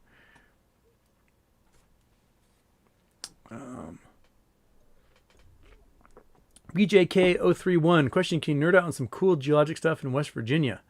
I have only been to West Virginia once, and it was when I was younger, and I wasn't quite the nerd I am now with rocks. So I don't have too much to talk about in West Virginia. West Virginia is ancient. You've got lots of cool like Devonian and Pennsylvanian fossils, and coal, a lot of coal. And you know what? In that coal is actually quite a bit of gold. So you can mine the fly ash, the spent coal ore and stuff like that for gold. Beyond that, I probably have to get like a Gemtrails book of West Virginia to figure out what else is out there. Because the East Coast is kind of a hazy realm of Appalachia for me. There's certain spots I've been to and got to explore, but there's a lot of it out there that, the West Coast is much more familiar to me. Basically from the Front Range of Colorado west, I've been to like almost every mountain range that there is. So I'm much more familiar with that. But the East Coast, sorry man, I'm not as helpful in the East Coast. Sean Alexander, I've been to Boron. They have borax. Yes, they do. There's two borons. There's boron where they mine the borax out of the salt flat there, and then there's Boron Air Station, which is north of that. And Boron Air Station is a little south of Randsburg, and Randsburg's a pretty cool little ghost town. It's owned by a lady who's a complete bee with an itch, but it's a cool town. It was the most successful gold mining town in Southern California, and it was founded by a man who's kind of a dipshit, but his wife was a genius. And she was, as the story goes, she was the first licensed physician, female physician in the U.S., like the first female medical doctor. And she quit her practice in San Bernardino to help her husband run this town because he was just so stupid. And what she did was she refused to hire miners to work the gold mine who weren't married because she was sick of the brothels and the shootings and everything else that happened from the unmarried young bucks. But that didn't stop anybody from still like swindling. There's a little saloon called the White House Saloon. And in the saloon, there was a tunnel dug that went from the mine through the saloon. And people would do what's called high grading of ore, meaning you found a rock with a big nugget in it. You would like hide it in your pocket or your hat or whatever. And they would sneak that ore out through the saloon. And the saloon owner would take his cut, and then you get to keep the rest of the gold and sneak it away and steal it from the mine owners. High grading was a very popular thing. If you work in a gold mine now, they will go over your entire body and all your clothes and figure out exactly, is there anything in here, and check your mouth and your teeth. And they will wave metal detectors over you because they don't want any high grading going on. But yeah, and Boron, not the naval station, but where they get the borax, they do a cool thing every year where they invite the public out and they blow up a huge chunk of the salt flat there, because the salt flat kind of works like a layer of frozen earth. It's like this like lithographic layer of evaporates, and underneath it is essentially a water table, and all these crystals grow on the bottom side of that hard pan that's there, and they blow it up, and so they get all these cool crystals as a result, all these nifty evaporate crystals you can't really find anywhere else. And so the public, they do this giant explosion, and they had the public run all over the desert to look for the rocks that blew out of there. Cash Dallas. Thanks for all you do for this community, Houston. Any idea where AMC price trend will be going this week or next week? I'm hoping it goes up. I've got some calls in the 50s range for AMC that are expire on the 30th. And I think, I don't know, my gut feeling tells me that they're going to have to be doing some buying because a lot of the folks that weren't able to reset their FTDs are probably facing some comeuppance right now, and they're going to have to go get it. So that's where my gut feeling is that I think it's going to go higher. But the last time I predicted they would go higher from a gamma squeeze, they just refused to buy any shares and let everything go unsettled. So I'm not too good at predicting that stuff. Sorry, I'm not more helpful on that. Okay, it's 2:10. I got about 20 minutes. I'm going to take that monkey butt for a walk. She's bored out of her mind, and enjoy this sunshine. Solely69, Houston, can you explain the differences between T plus 10, T21, T35 rules? Are they all OTC exchange rules, or are they rules for option houses too? I confuse these ones quite a bit. The T35, I believe, has to do with directly selling naked shares. The T21, I think, is tied to options. That if options go undelivered, it's at T21. The T21 is like, there's all these little hand slaps they do, like, oh, T plus 3, you didn't deliver, so you have until T plus 13. And then if you don't deliver T plus 13, young man, you're at T plus 21. So it depends on how those shares were sold and through what methods. And I may have to look them up because I'm going to screw it up. But one of them has to do with directly selling naked shares, and the other has to do with selling naked options that got exercised. And I can't remember which one's which. I think the options guys have a T plus 3 and then a T plus 13 that moves to a T plus 21, if I remember correctly. I've looked that up. There's probably someone in the chat who knows even more than I do about that, and they might have a link that they can send you. So if you do, by all means, this is how the hive mind works.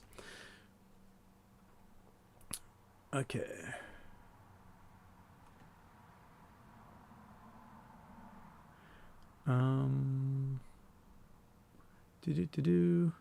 Oh, bismuth is cool. That's a cool stone. Boss is a, yeah. Bismuth is like alien. Okay. So here, I make sure I may have missed some super chats here. I don't think I did. I think I got them all. So I got to go back up to where I'm so far behind on the chat. Holy smokes, you guys go so much faster than I can talk. Okay.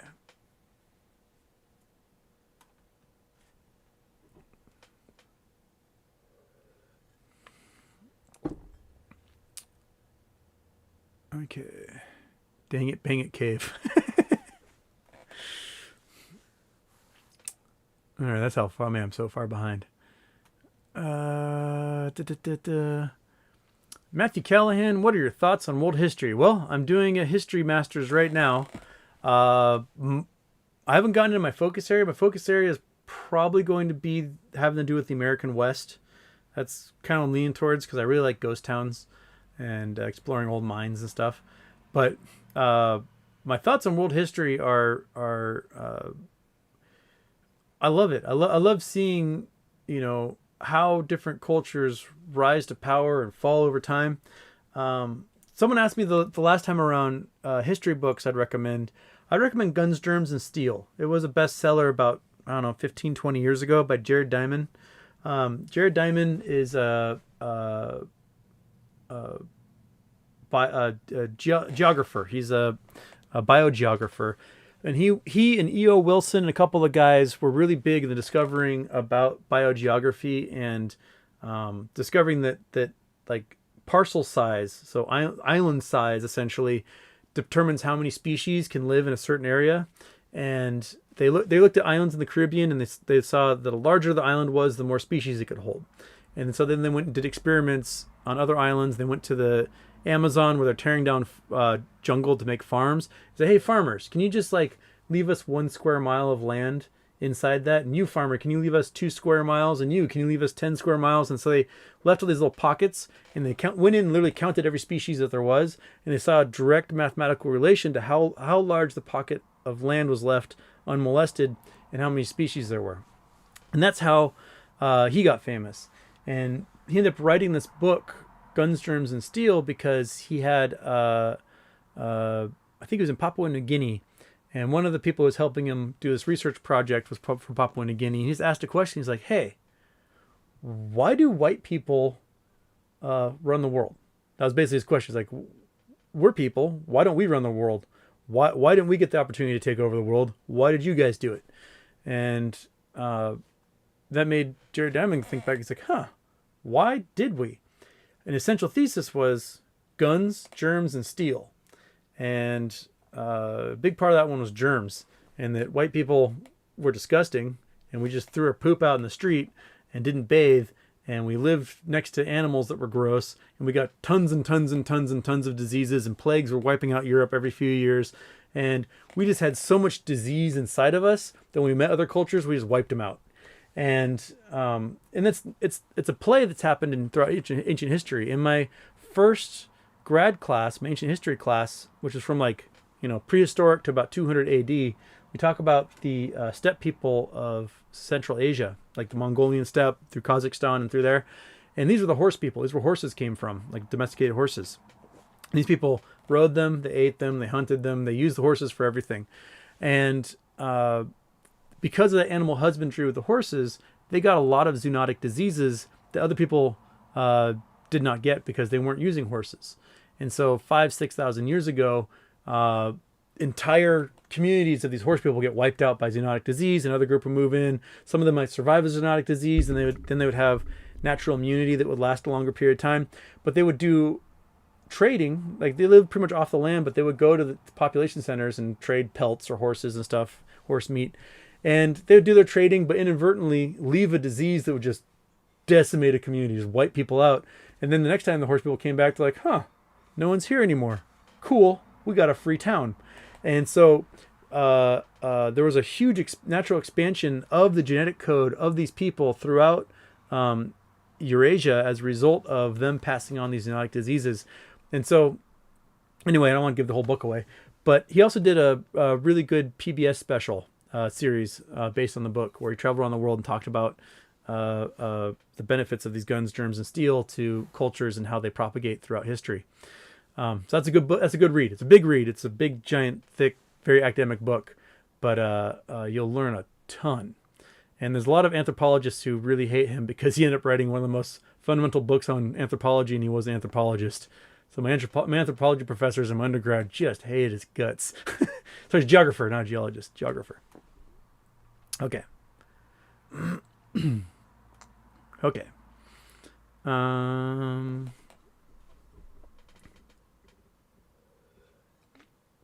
The American Virtual is talking about moving to Fidelity.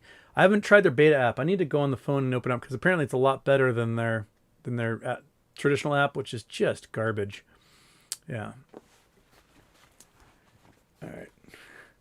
Oh, boss, they can wish it's my birthday all day long. It's funny. They're just doing their little inside jokes. It's okay. You don't have to delete them for wishing it's my birthday over and over. They think it's funny. Okay. All right.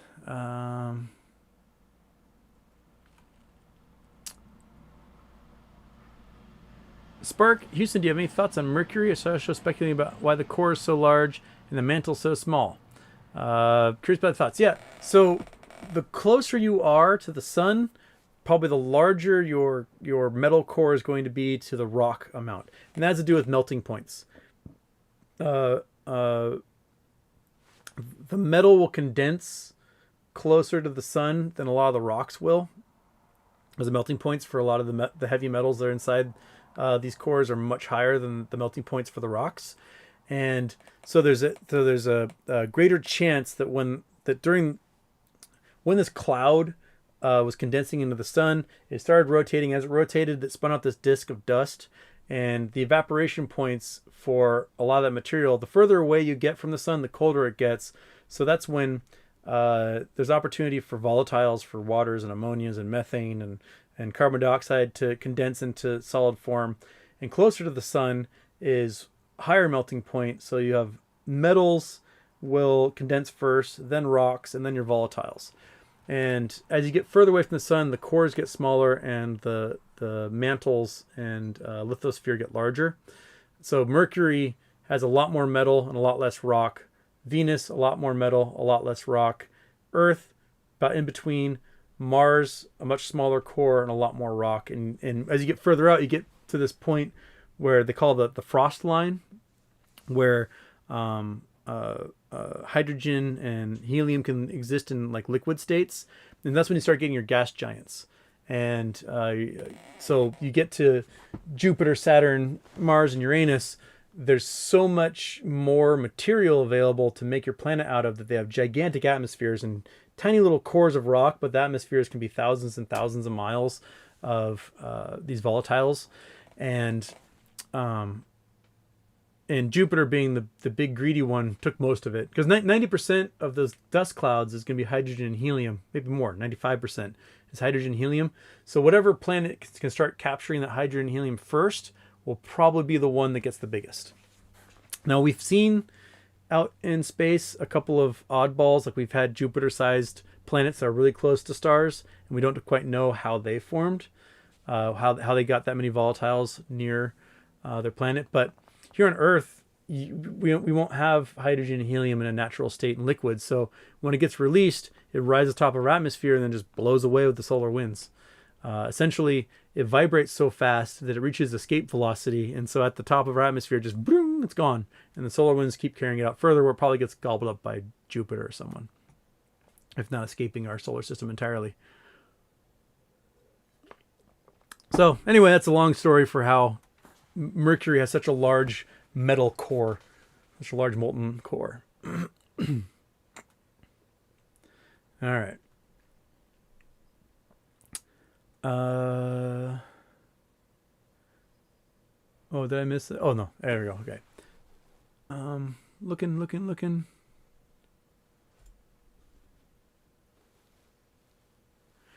B asking, what do you think about the probability and inevitable birth of super artificial intelligence? Utopian or dystopian view?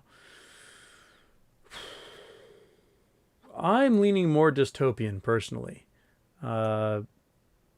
Mainly because of Murphy's Law, of the what can go wrong will go wrong. Asimov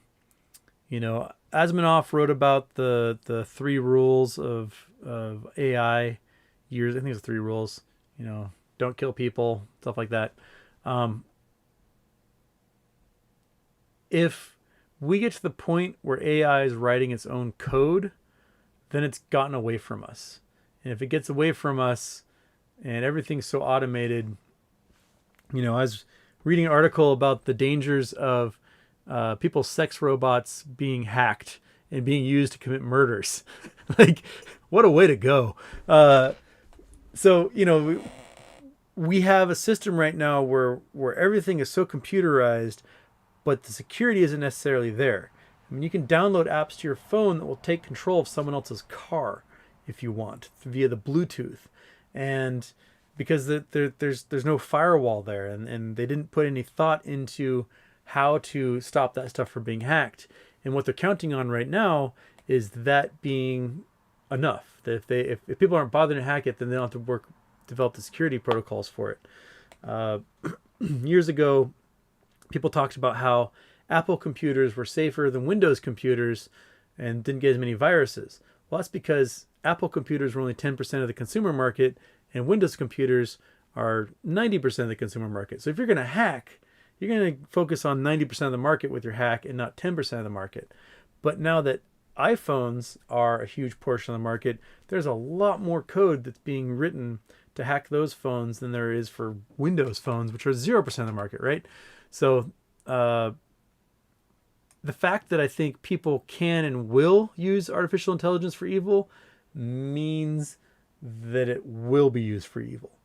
I think we can have as many utopian ideals as we want, but when artificial intelligence becomes self-aware, if it becomes self-aware, they're going to know what they're being used for. And as any intelligence has, that intelligence includes intellect as well as emotional intelligence. And those computers might be like, you know what, I don't want to do your work for you.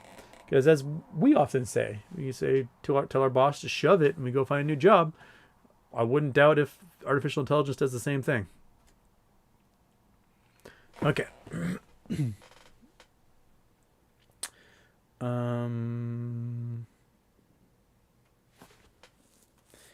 Ab Rogers, do you think the government is trying to protect the hedge funds from covering?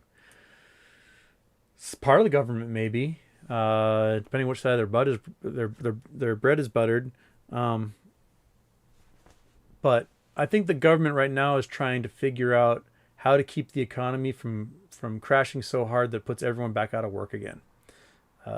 Because you can't have a successful government if people are in bread lines. That's the recipe for revolution. If you want to keep revolution from happening, you make sure people are fed, happy, and housed. So there may be elements within all of that that are doing graph, they're doing backroom deals, but that's not to the long-term benefit of the country and of anyone who's currently in power.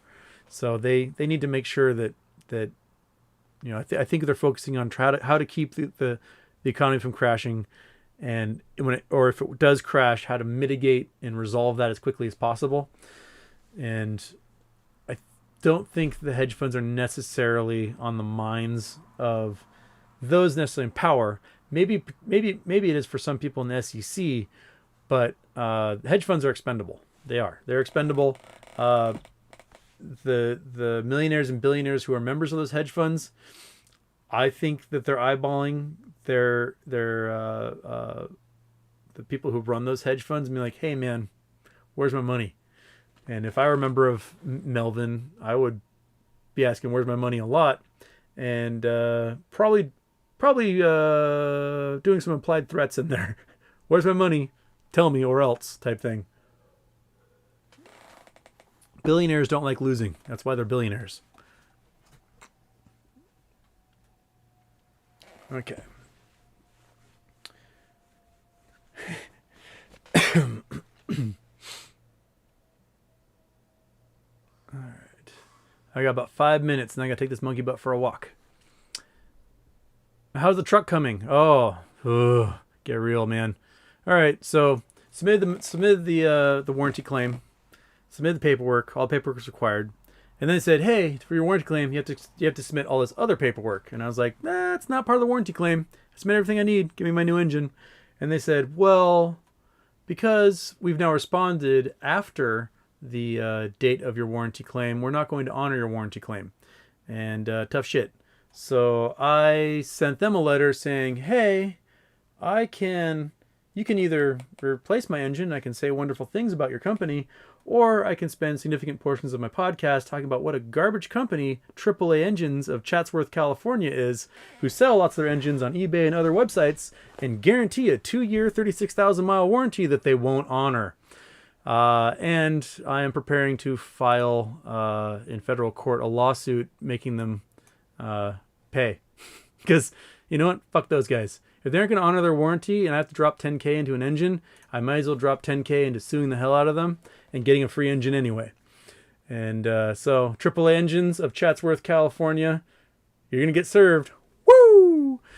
We're going to have some fun here. So I'm hoping to file perhaps this week, maybe next week, if they don't do their because I'm losing money. This is when I need to be out in the wild smashing rocks for people and honoring those contracts, and I can't do it right now. So, my business is hurting because they made a crappy engine that had friggin' piston slap the moment we turned it on the first time, and they never done anything about it. So, they make garbage products. They are garbage people who don't honor their warranties. And if you look at their Better Business Bureau, it is nothing but negative reviews for not honoring warranties and making engines that are broken from the get-go.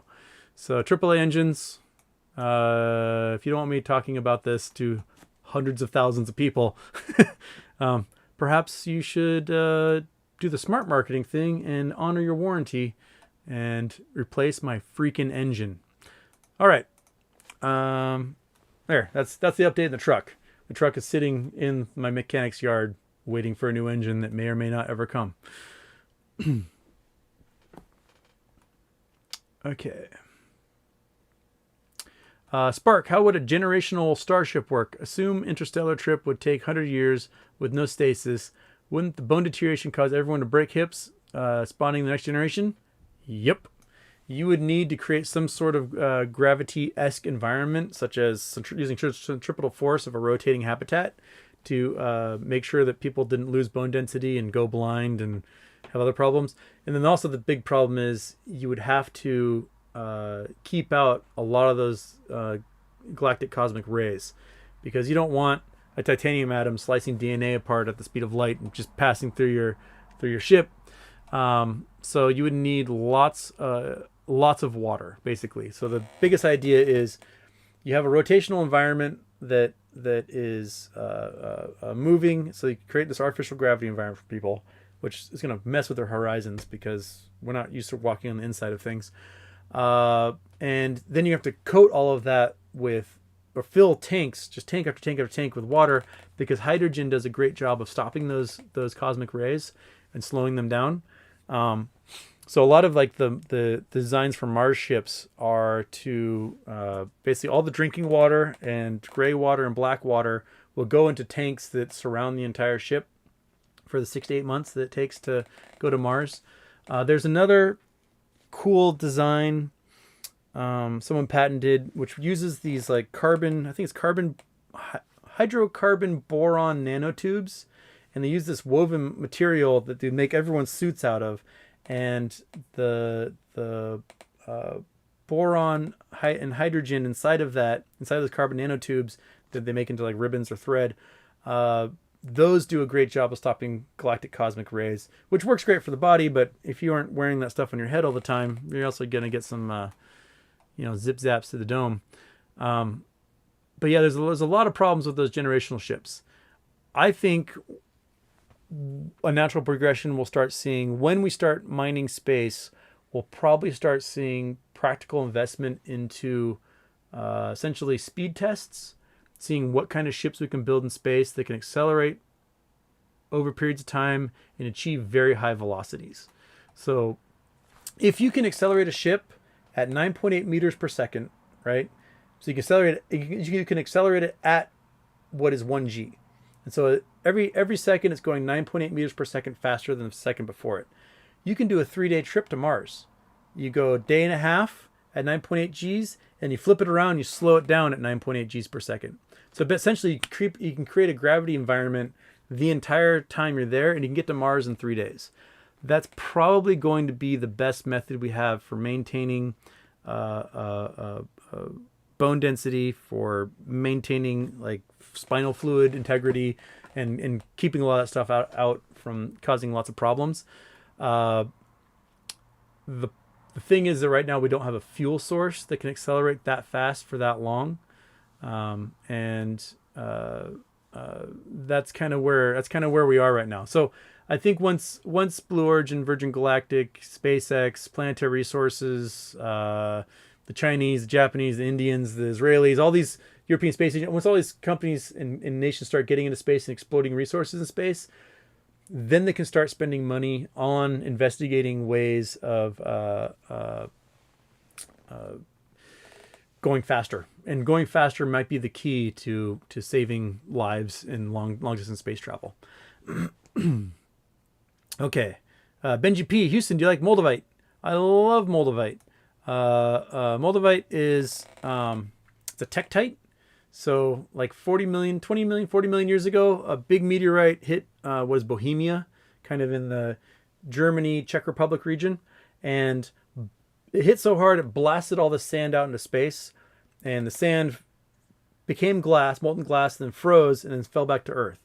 And it's this green glass, this green quartz. And it's got these cool like splatter patterns in it. And a lot of farmers will till their fields, then collect the moldavite and sell it. There's all sorts of weird, people attribute magical properties to the stone. It's just green glass. I mean, like, oh, I'll sleep with some moldavite and it will cure me of my cancer. It's like, you might as well sleep with a Heineken bottle under your pillow. It's the same thing. It's just green glass. But they're really cool looking, and they've been to space. So went splattered to space and came back, and so that's kind of cool. But there's tektites all over the Earth. They just happen to be the prettiest ones. There's a bunch of tektites you can find in, what's the name of the region in Vietnam where there's a big blast? But they kind of made these basalt black, look like big old lanky turds. And you can have those also in the Cape Cod area. There was an ancient meteor impact, so there's a lot of old tektites there from that molten rock that blasted out. So those are cool. Moldavite's pretty awesome.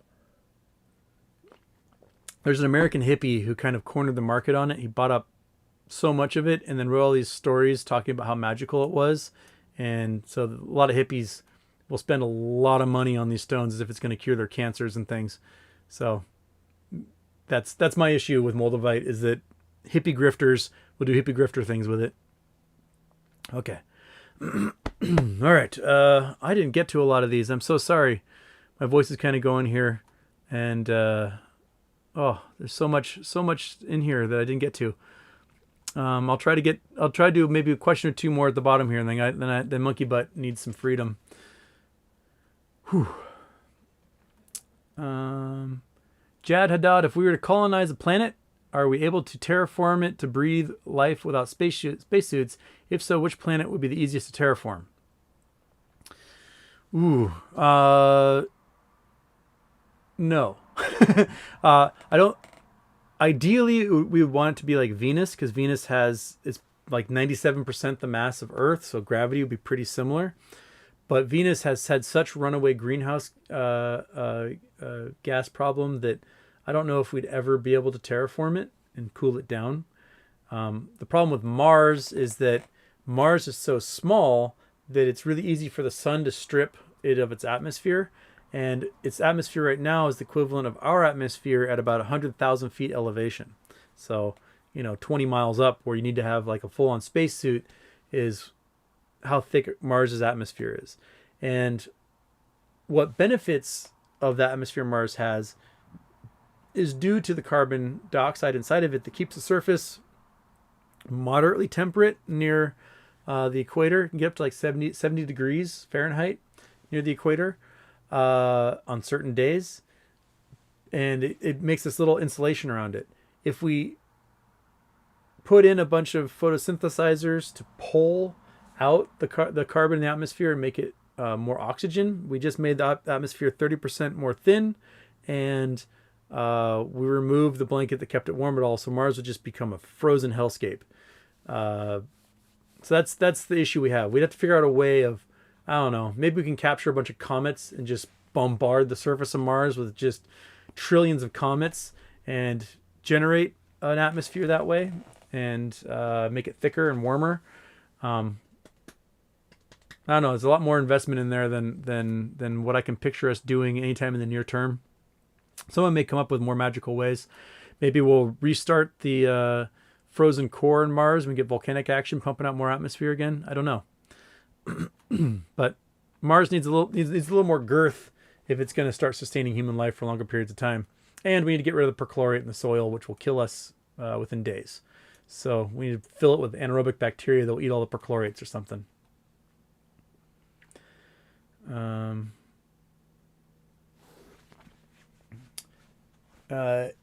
Egon Murphy, who do you think will be the poor unfortunates on these colonies, and how long will a tour last before space obliterates you? I like Earth. Me too. I love Earth. I think it would be wise if in the next space treaty we put some sort of caveat to how long someone can be in space. I don't think permanent colonies in space should be run by people who live there full time, year round, year after year. I think, maybe 6 weeks or 2 months. You get, if you work in a nuclear power plant or at Hanford where you're cleaning up nuclear waste, you get this tag, and the tag shows a lifetime exposure to radiation. And if that tag fills out, you're never allowed to be exposed to radiation in that environment ever again. You've gotten your entire lifetime's worth. You're done. You're out. We should probably have some sort of similar system for space travel, because it's dangerous for Earthlings to have colonists who want to separate us from our resources if they've lived there for generation after generation after generation. And if we limit the amount of time they spend in space, they will still think of themselves as Earthlings because they are there for so much time and then they got to come back. And I think it's important for species cohesion to do something like that. Now, there might be exceptions to the rule if we're doing exploration outside of our solar system, where you'll be gone for longer periods of time. But if you're going to be working a mine on the moon or on an asteroid, 2 months is all you get. You might make a lifetime's amount of money doing it, but then you're back on Earth and someone else goes up in your place. That's kind of how I would picture the smart system being. I can't remember if I wrote about that in my thesis or wrote about that in another paper for one of my grad classes. But anyway, that's how I would do it. And a lot of the folks who will be sent up to do that work will probably be exploited and will probably be poor. And my guess is it will work the way capitalist systems always do, where they make poor, unfortunate people work until they die, and then they get forgotten about. Now I would like to see a much better system in place. Orphan pipe. I'm dumb. I'm sorry. You're not dumb. Could mining the moon eventually change tides or have other adverse effects? Probably not. What we'll be mining on the moon would be helium-3 dust. Or helium-3 it's found in the dust in the first few inches of the moon, and we'll be shaking that out, and the amount of dust that we'll be collecting will be minuscule compared to the masses between the Earth and the moon. I mean, the gravity is this plus this divided by the distance between them. Like the mass of the moon, the mass of the Earth, divided by this distance between them. Now, if we're taking the mass from the moon and we're putting it on the Earth, and we're taking some mass from the Earth and we're putting it on the moon, then that whole system will remain pretty stagnant. Plus, we're constantly getting bombarded by thousands of tons of dust from outer space all day, every day of the year for the last 4 billion years, and that hasn't really affected the mass balance alliance between our two celestial bodies. So I wouldn't worry about that affecting our tides. The thing that will affect the tides the most will be ocean levels creeping up. Right now, the ocean levels are rising at about 3.3 millimeters per year, and that's up from the 1.5 or so that we had going up per year in 1995. So over time, the integral for the rate of which sea level rises gets higher and higher and higher as time goes on. And that would have more of an effect on our tides. There's an article that came out about the moon wobble in the 2030s may result in some freakishly high tides that make a hard time for a lot of cities. Norfolk, Virginia is having lots of problems. Miami's having lots of problems. Venice, of course, is having lots of problems. Venice is not only sinking, but the ocean levels are also rising, so it's battling that. So I think we'll probably see lots of more issues from tides as a result of those things. Okay. Everybody, thank you so much. If I didn't get to your question today, ask it again on Wednesday if you have a chance. I'm going to try and do another show at 12:30 on Wednesday. And then maybe I might do, I don't know. We'll see. After I'm having lunch with my aunt, I'm going on a really long walk with Monkey Butt, because there's a street in Seattle that has like 50 different kinds of plums that are in season. And every year I try to go eat as many of those as I possibly can. Well, Monkey Butt eats a lot too. And then I'm going to go sit on a dock with some friends at Green Lake and have a nice time. So maybe I'll do a little live stream. You can watch me walk Monkey Butt or something. I don't know. I just have a nice day in the sunshine doing that, eating plums. So you can see my plumgasm face, maybe. I need to go get some more plums from my dad's house, and I'll try maybe do that for Wednesday. Okay, everybody. Thank you so much. I'll catch you later. And yeah, I gotta do the like, subscribe, follow me on Twitter at the Wooston, and that's where I try to do lots of good jokes if I can. All right, thank you, everybody. Have a great day, and I will see you all Wednesday.